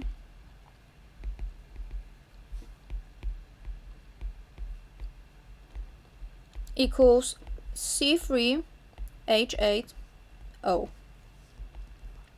That's the formula. And we can see that this is question 18, right? C3H8O. See? Yeah. So this makes sense. Okay. Last exercise from this batch. Question 19. Hold up. When 5.60 grams of an iron oxide is heated with carbon, 3.92 gram of iron is produced. Calculate the empirical formula of the iron oxide. So let's write the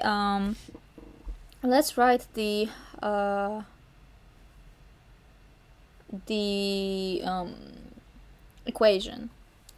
So we have iron oxide is heated with carbon.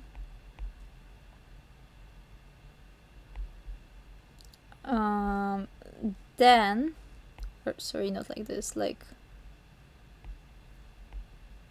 actually it's excess probably. Okay, then we have Y divided by 2 CO2 plus X iron, right? And then we can see that this has a mass of 5.60 grams and 3.92 grams of iron are produced, and we have to find the empirical formula, sorry. Yeah, so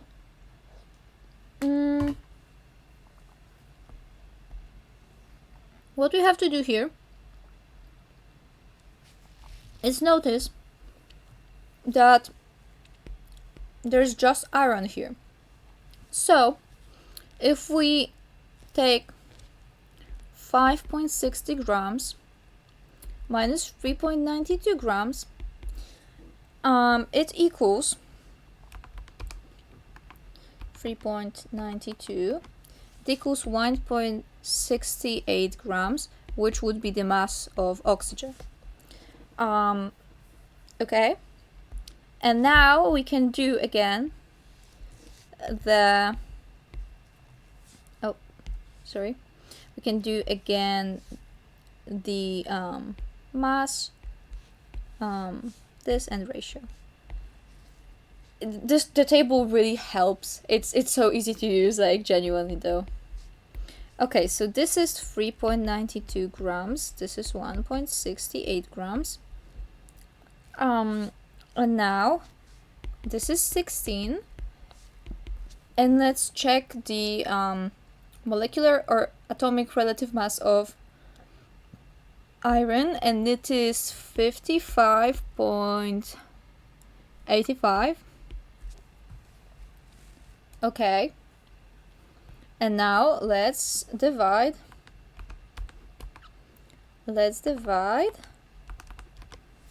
This equals 0.0702, and this will equal 0.105 mole. Okay, wonderful. We can see that the N of iron is smaller than the N of oxygen, so we are going to state that this is 1, and we'll divide 0.105 moles by 0.0702 moles. And it comes out to be 1.5. And we cannot have that, so thus this will go to 2, and this will go, this is times 2, and this is times 2, this will go to 3, and therefore the molecular formula, or not the molecular formula, sorry, the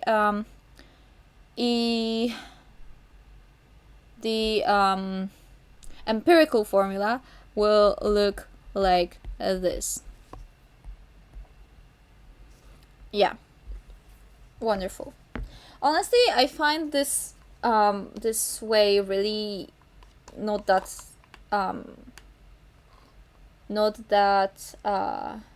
useful, because realistically I think I could have gotten to know that the empirical formula of that would be that based on my knowledge of chemistry. Like, there are other ways to get to know that, you know?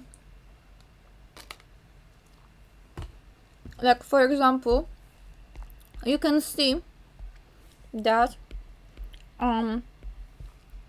the oxidation number of iron can be either +2 or +3. Oxidation number of oxygen is -2, right? And so usually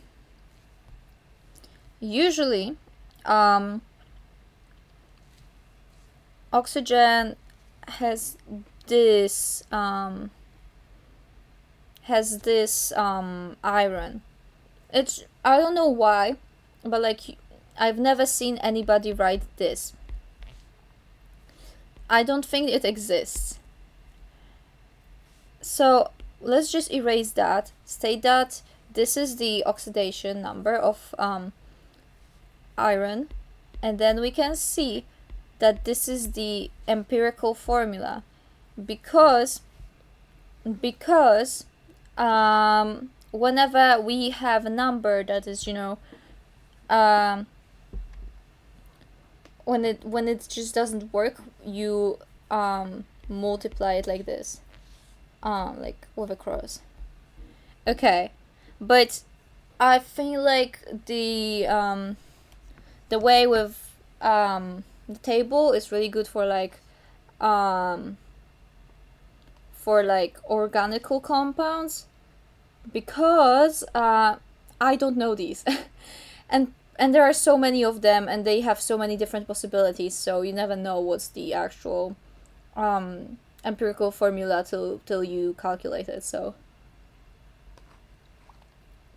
it's a valid way to try.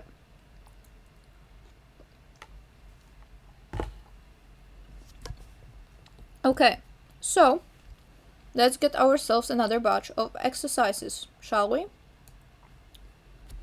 This is the longest stream I've done so like this year. Well, it's also the first stream I've done this year. This is crazy. But also it's the longest stream I've done in a while. And I find it so funny that the thing that got me to stream longer is chemistry. But hey, we're killing two birds with one stone, you know? Which is really cool, because I probably wouldn't have done this had it not been on the stream. I'm sorry to admit it, but I'm lazy. So, you know, I get to share my chemistry knowledge with you guys. Hell yeah. How many moles... Okay, let's do this. How many moles of hydrogen gas are produced when 0.4 moles sodium reacts with excess water? Okay. So we have the reaction written down here. 2NaOH plus H2. how many moles of hydrogen? So this is NH2 equals question mark, and we know that this is 0.4 mole, right? And this is X's. And we can see that 2 mole of Na on average reacts to make up 1 mole of H2. So we can see that 0.4 mole of Na will produce the X, right? I think this is a valid way to create a proportion. So it's basically 0.4 divided by 2, so it's 0.2 mole of H2. And to make sure that this is correct, we can check with an answer. That's question 20, and as you can see, it's 0.2 mole. Yeah, you can see here. Yeah. Okay, so basically we don't have to write down the thing every single time, right? We can just assume that when we look at how many moles of O2 reacts with a 0.01 mole of C3H8, right? We can see that here this is 1, this is 5, so 1 is 5, and then this is 0.01, so this is X, so we divide 0.01 by 5, and we get 0.002 mole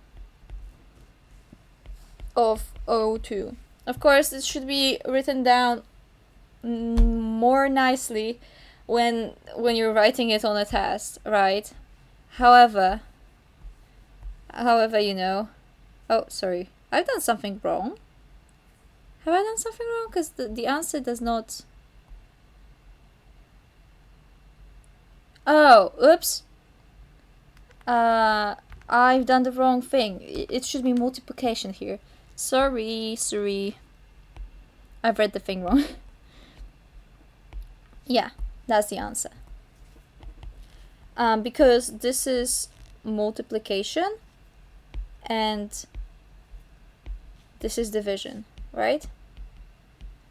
So that's how proportions work. Thus I had a wrong answer, sorry. So let's do C. How many moles of H2S are formed when 0.02 mole HCl reacts with Xs? So we have 6 HCl, moles of HCl, produces 3. Thus, this is X, and this is 0.02.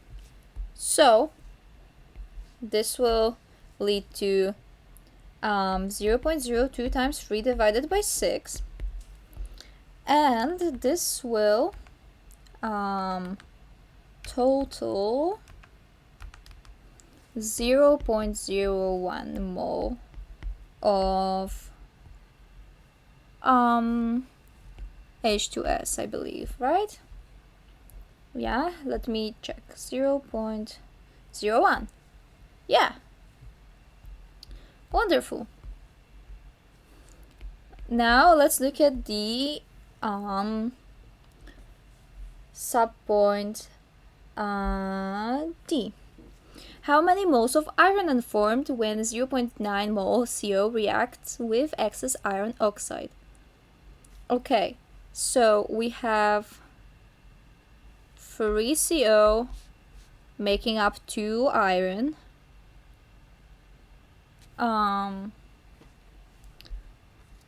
And then we have 0.9 mole making up X. Again, 0.9 times 2 divided by 3. 0.9 times 2 divided by 3. 0.6 mole of iron. Right? And again, we can check.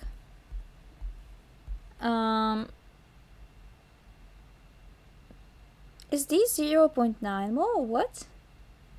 We're doing D, right? Because E is 0.6. Did I look at the wrong? Oh, I've done E instead of D.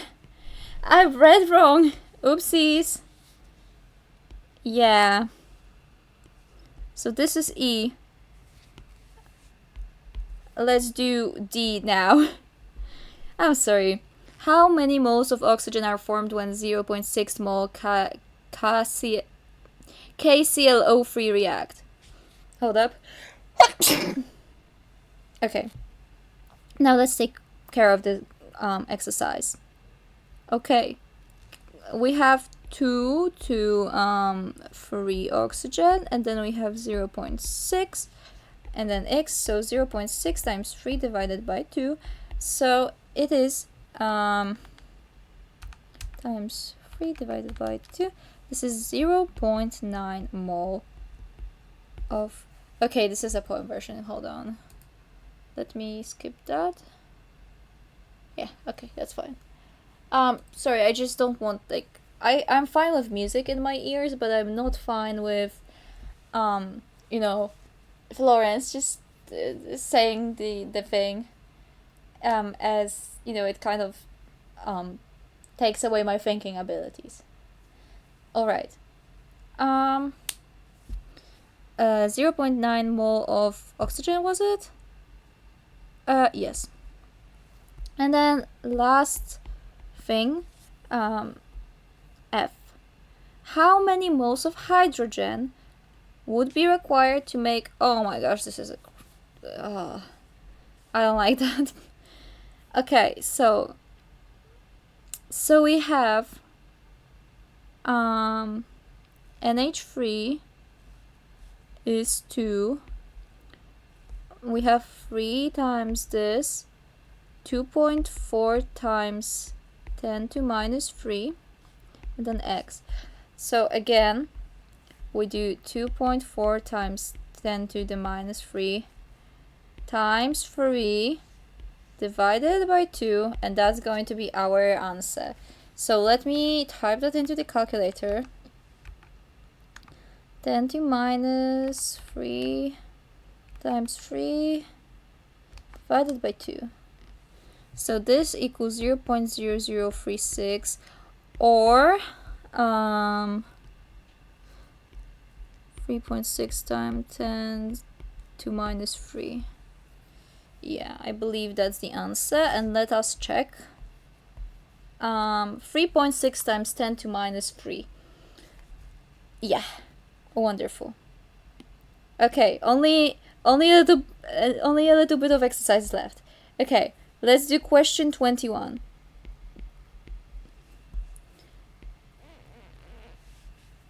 Okay, we have only 4 points here, so we're slowly getting to the end of the questions.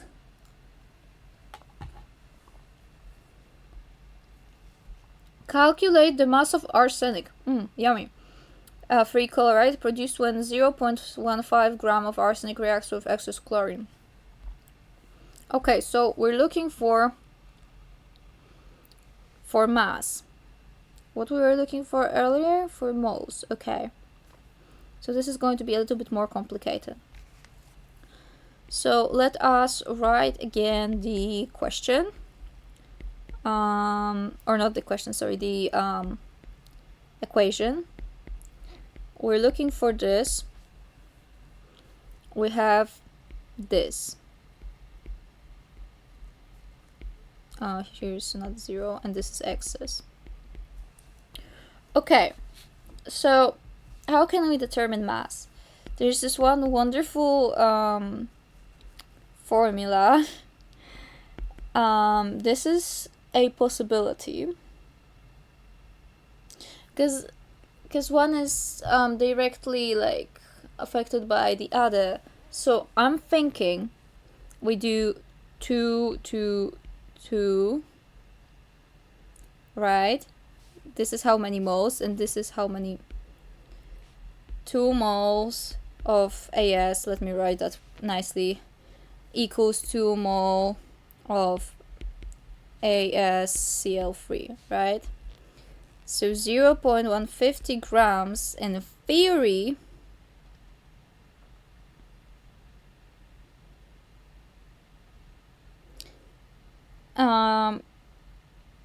I don't think if that's how it works.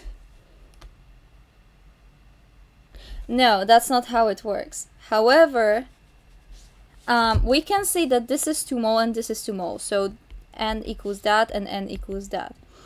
So we can do another thing. Instead, let us calculate the molarity.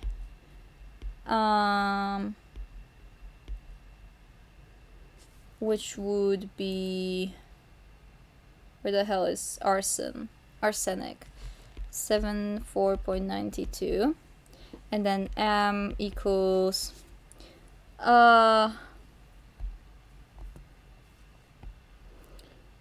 it is 74.92 plus 3 times 35.45, 7, and now let me calculate that. 3 times 35, 45, 181.27. And I think now we can do the proportion. So this would be that, and then 0.150 grams to X. I think this will be fine. However, we will have to check. Times 0.15 divided by 74.92, and this would equal 0.363 grams. And let us check with the answers if that is correct. If not, we'll... Yeah, it is correct. Okay, great. So I got it. I got it correct. I'm so proud of myself. I figured it out, guys. This is awesome. I actually understand. I'm doing it. Okay, let's do B. So what mass of sulfur is produced? So mass of sulfur is the X, and we have Fe2S3, and that is 5.78 grams. Okay, so the relationship is 2 to 6. So thus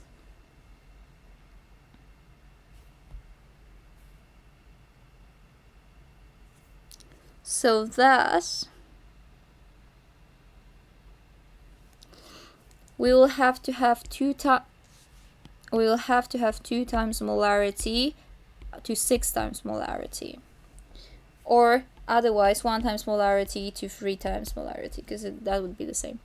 Okay, so molarity of, let me actually move that so it makes more sense. We'll have this here, right? And then let's move that like here. Yeah, okay. So we can see which one is which. Okay, so So this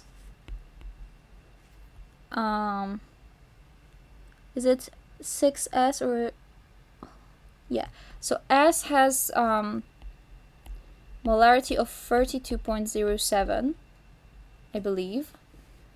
Let me check that. Oh, 06, sorry. Close enough though.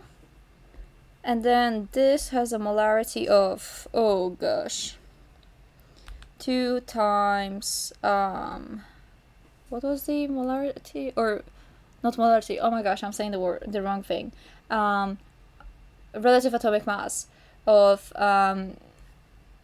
iron, that's 55.94 plus 3 times 32.06. So this equals 208 times 0.6, and this equals 32.06, 96.18.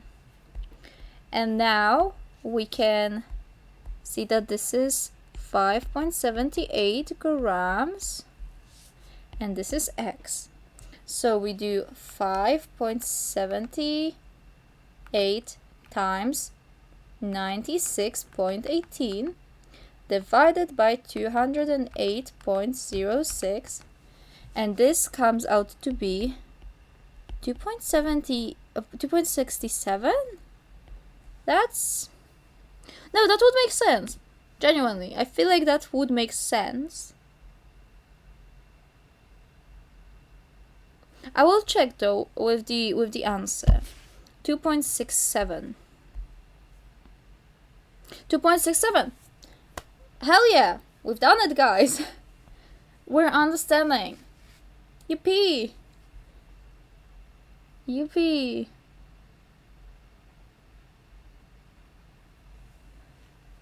Okay. Oh, that's not what I wanted to do.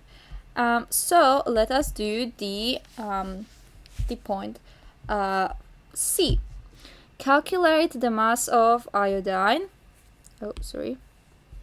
The mass of iodine that must be reacted with excess phosphorus to produce 5 grams of phosphorus-free iodine according to the equation below.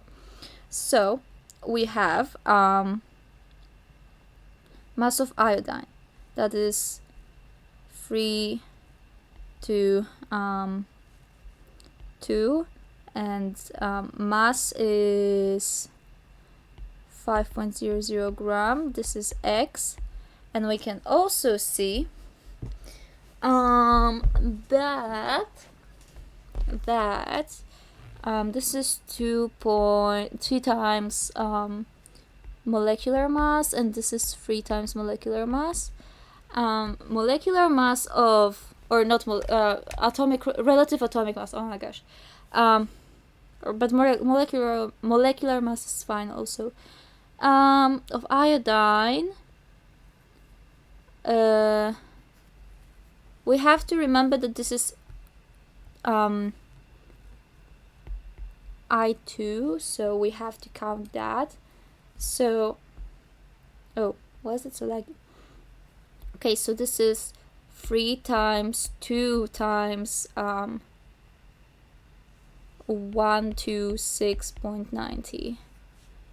Okay, and the molecular mass of the other thing is 2 times 3 times 126 plus 0.90 plus 2, or not 2 times, what? Yeah, 2 times. Okay, plus 2 times phosphorus, right? Yeah.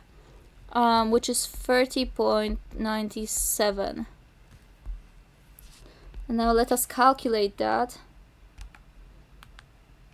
126.9.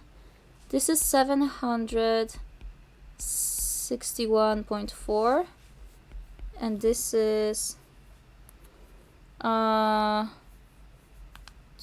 times 3 times 126.9 plus 2 times 30.97. This is 823.34, or 34, not 38. And now we can calculate. So, oh, oops. So, 5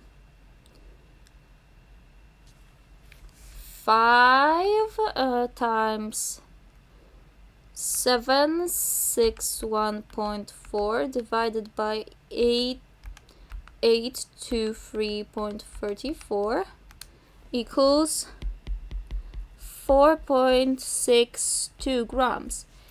And we can check in the answers if that's correct. 4.62, that's correct. Wonderful. And now for the last point from the exercise 21. Consider the reaction shown below. What mass of SCl2 must be reacted with excess NaF to produce 2.25 grams of NaCl? Okay, let us look.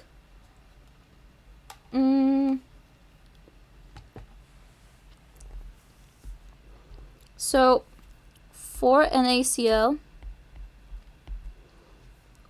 equals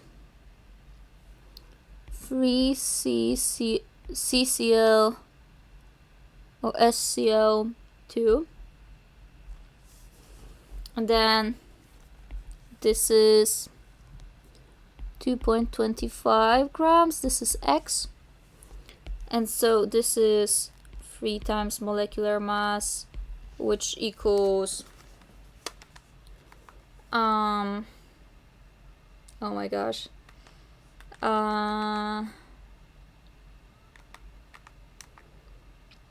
what was the 35.45? So this equals 308.88, and 4 times molecular mass equals 4 times 22.99 plus 4 times 35.45, and this equals 233.76.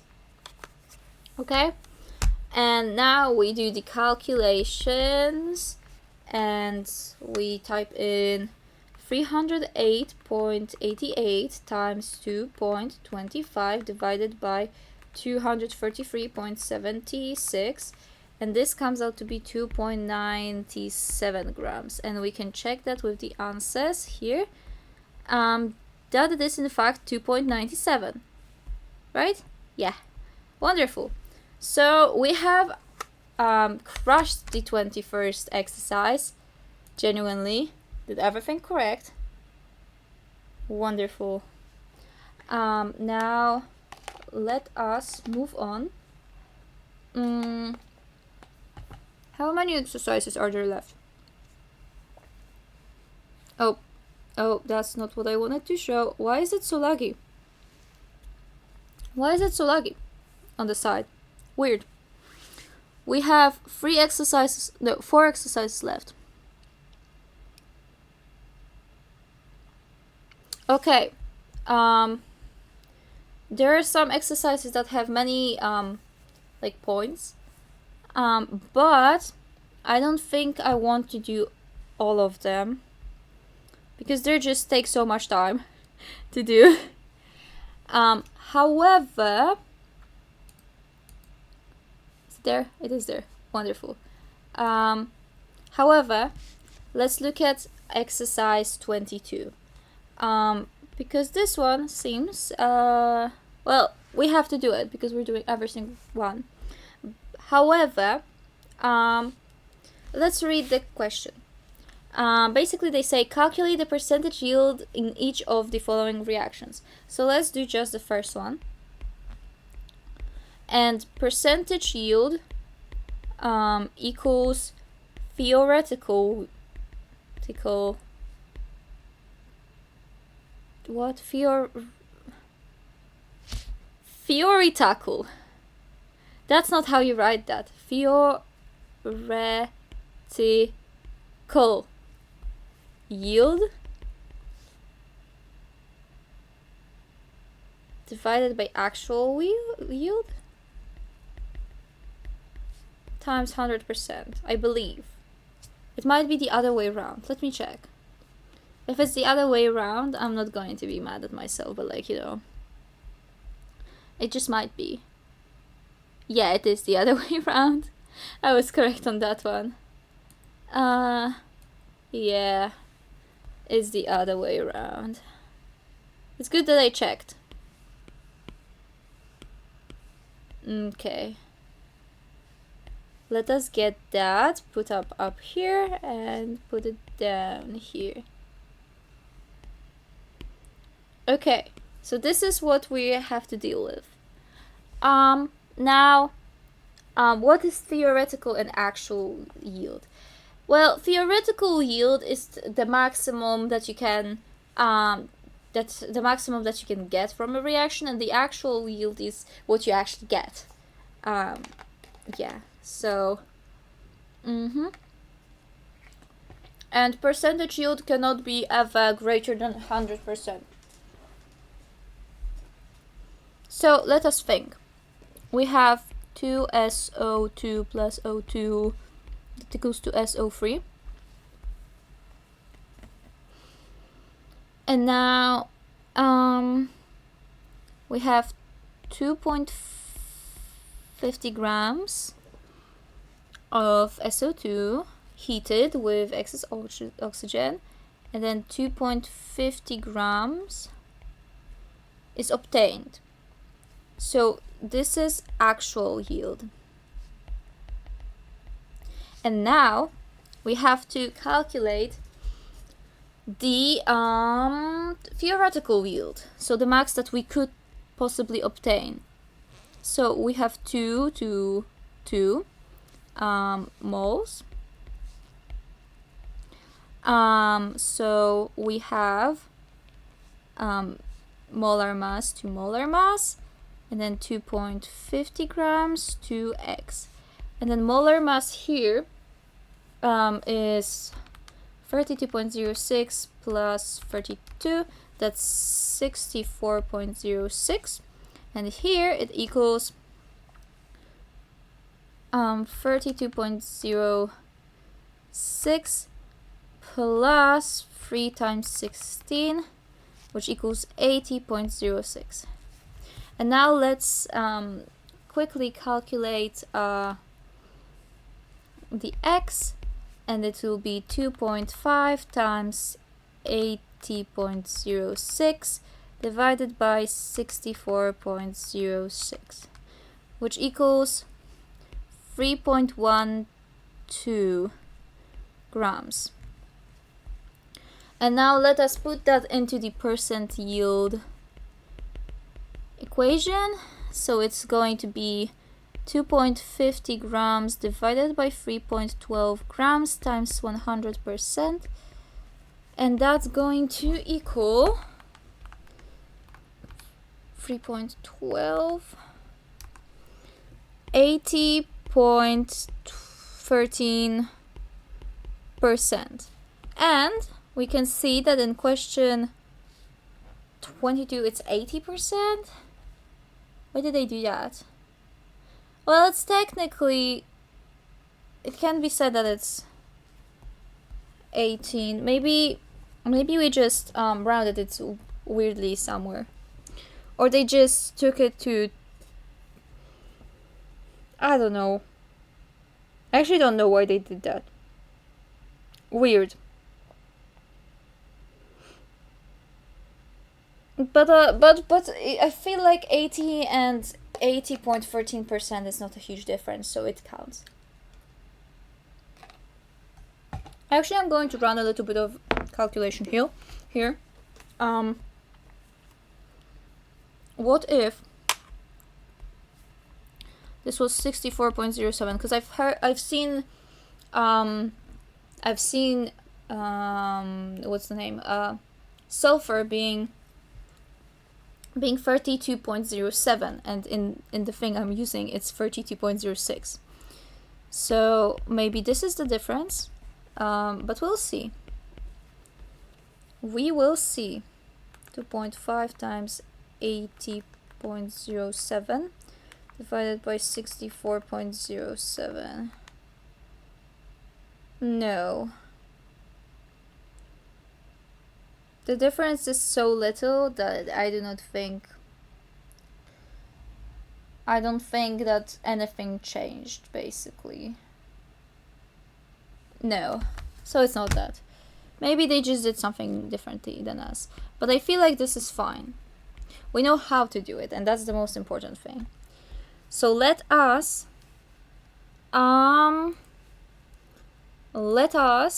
take care of the last 3 exercises. Okay? And then I'll be free. And then you'll be free and you will not have to listen to chemistry anymore.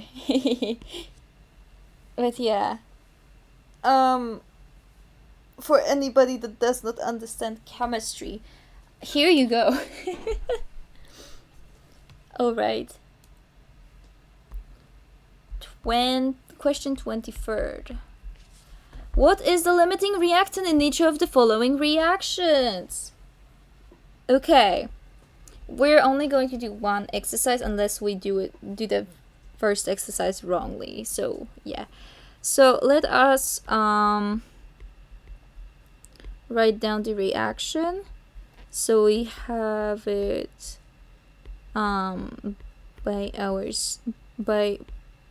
I can't speak. What is this madness? Plus 6 H2O. And then we have 0.1 mole, 0.5 mole, which is limiting reactant. So we have to calculate.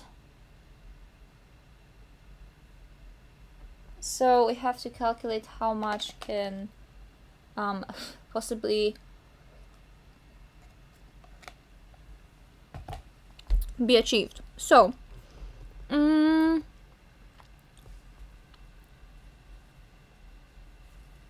let's choose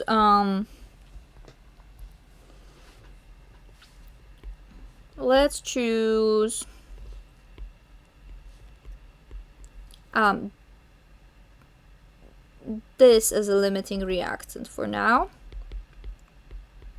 I think I see a pattern here a little bit. Okay, so we have 0.1 mole times 6 divided by 1 mole, and so we need 0.6 mole, right?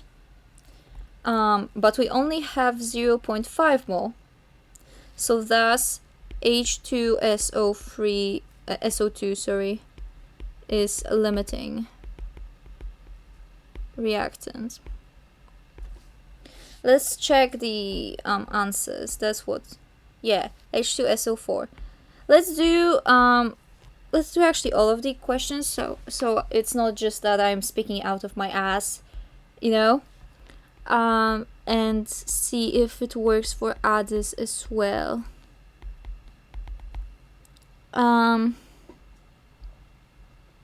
So this is 0.20 mole, and this is 0.25 mole. Yeah, so 4 to 6, 0.22x, and we check 0.20 times 6 divided by 4 is times 6 divided by 4, 0.3, and we have 0.25, thus H2O is limiting.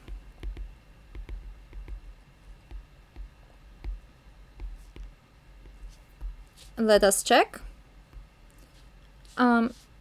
H2O is limiting reactant. So I think we can safely say that our thing is correct. So let's quickly look at C and D without writing anything down.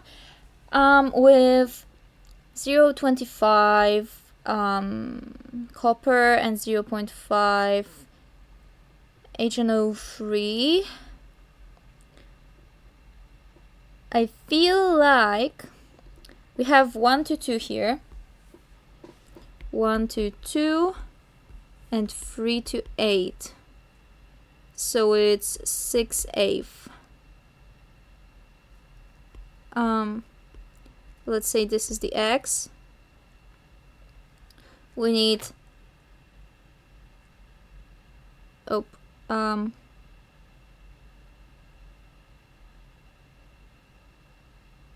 the X is hold up. I think I fucked up a little bit. I wanted to do it no thinking, but it's fine. 2.5 to 0.50, and then we have 3 to 8. Delete that. That's X. 3 times 1.50 divided by 0.25.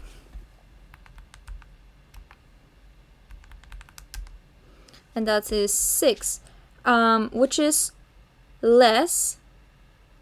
So thus, this is limiting reactant. Let's see. Is Cu?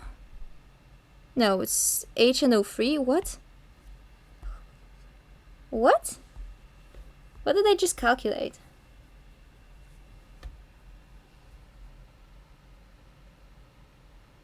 Oh, I calculated it wrong, sorry. This should be 8. This should be here. Oh my gosh. I'm failing. 0.25 times 8 divided by 3.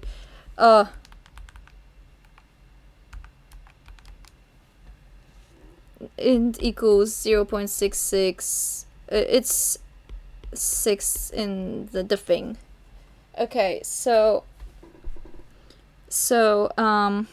we need more, but we don't have that more.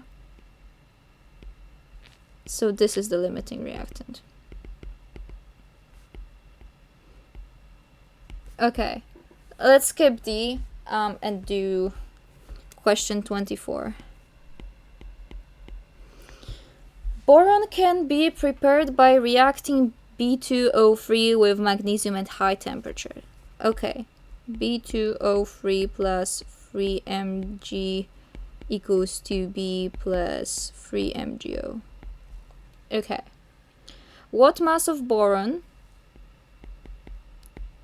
is obtained if 0.75 grams of B2O3 are reactive with 0.50 grams of magnesium? Okay, so we have to see which is the limiting reactant. So we have the ratio of 1 to 3, 75 grams to X. We can already see that magnesium will be oh, actually it's grams. Never mind, sorry. Was it grams here? No, it was mole. Yeah, that's the difference. It was mole here, so it was the same thing. So we have to do the same thing as earlier, because this is in moles, and we have to change that. So it will be 1m to 3m. So it will be let us count that. Let us count the molecular mass. This is 3 times 16 plus 2 times 10.81. It's like 69.62. And here we have 3 times 24.31. This is 72.93, right? And so this is, let's actually calculate this X this time. And this is 0.50 grams. Just because this is a smaller number, you know. Let's do that. So 69.62 times 0.5 divided by 72.93 equals 0.477 through 0.8 grams. That is needed. Thus limiting, right? And now we need mass of boron obtained. Mass of boron obtained.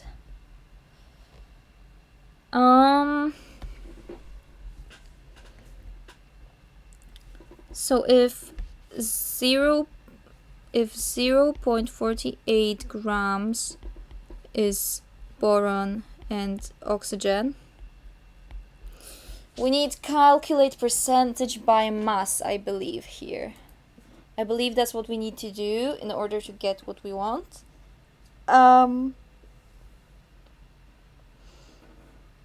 Okay, percentage by mass. Oh no, sorry, not percentage by mass.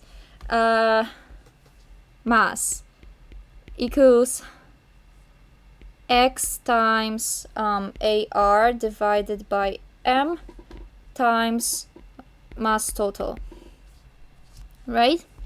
So M boron equals 2 because we have 2 of those, times AR, that will be 10.81 divided by 69.62 times 0.48, and that is going to equal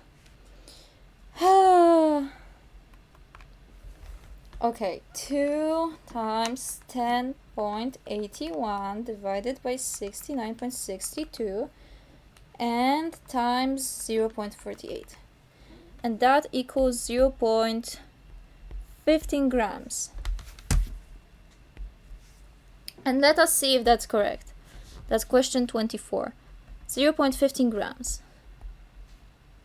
Hell yeah, we did it! Let's go! I'm so proud of myself for this one because I was cooking. I was cooking on that one. Okay, and then we have the last question, or the last exercise, question 25. Okay, we can do that. So we have the thing in this plus 3C 2Fe plus 3CO. Oh no, this is in tones. Oh, this is awful. Oh, I hate tones. Okay. 1 tone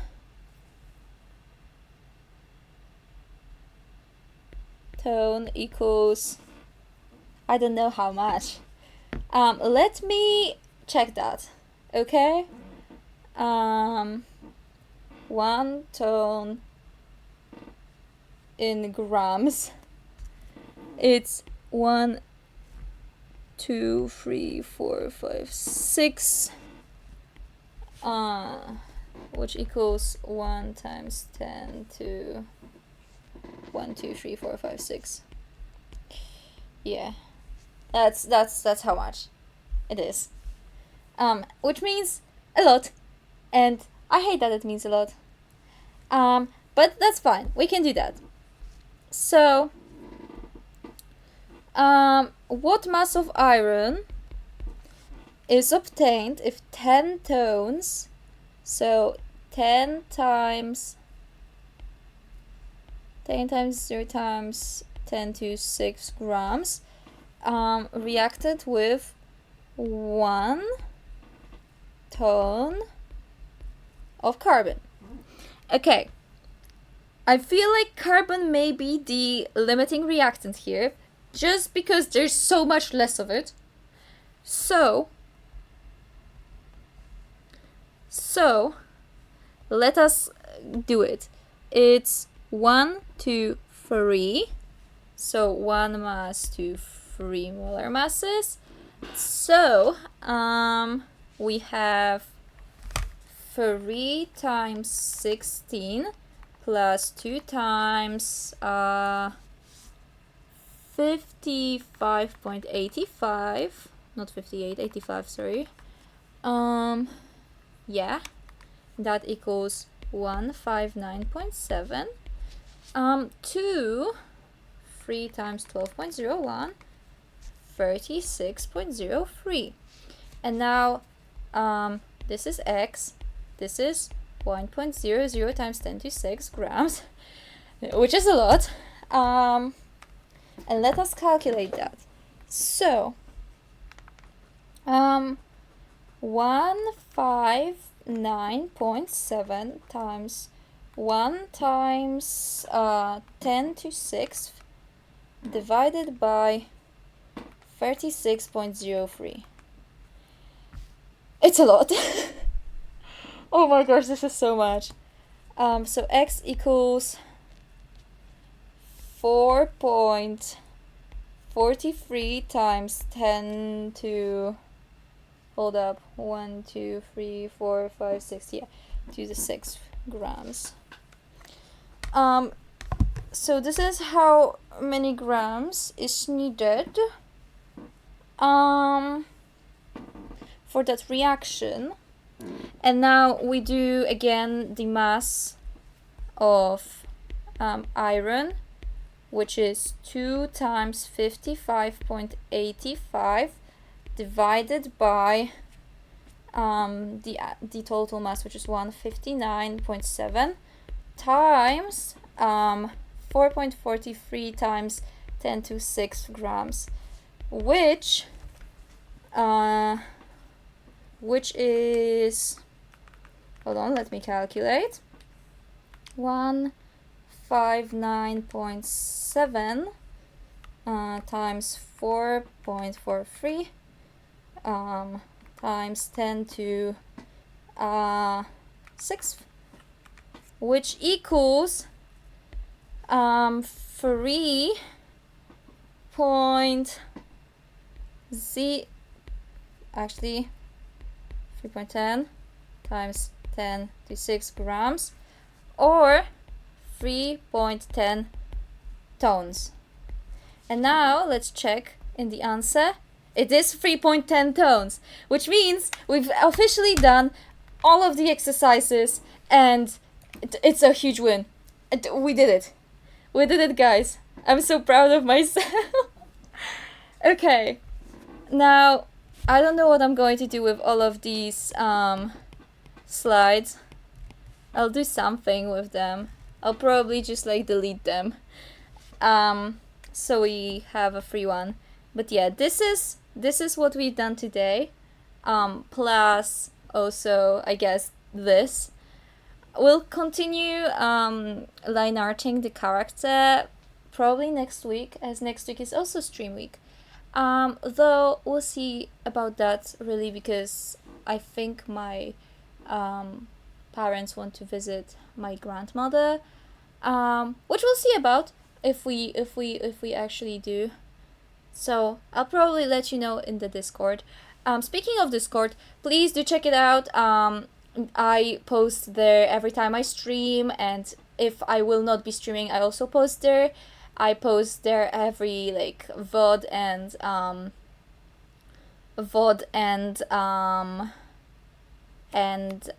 YouTube videos, updates. You can talk to me there as well. I'm always open to talk. I love cultivating a little bit of a community. So yeah. Every question you may have towards me and stuff may be asked there. And yeah, also please do check out the newest video that I have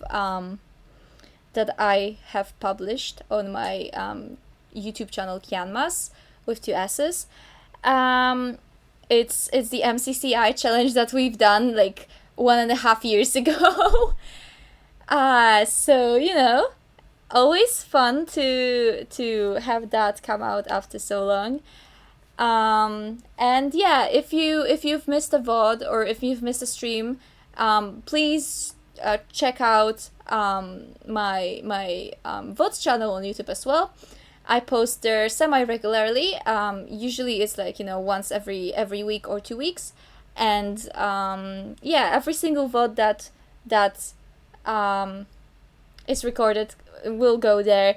Don't you worry. I think we're like only several votes behind now, so you know, uh, if you don't see something you'd like, it's okay, but it will be there eventually, hopefully. But yeah, thank you for being here with me today. And I think that's going to be it for today because I'm so fucking tired. My voice hurts. I've not been made to stream 3.5 hours. I've streamed 3.5 hours. Holy shit. That's like more than I've streamed since when? Since the what's the name? Oh my fucking gosh, I'm blanking. Since summer. That's unexpected, but I guess it's because I actually, did kill two birds with one stone. I was supposed to do the chemistry today either way. So now I'm done with that, and now I can enjoy the rest of my day and do artistic shit. Yeah, that's awesome. Um, so yeah, thank you for being here with me today. Bye! Bye! Bye bye bye!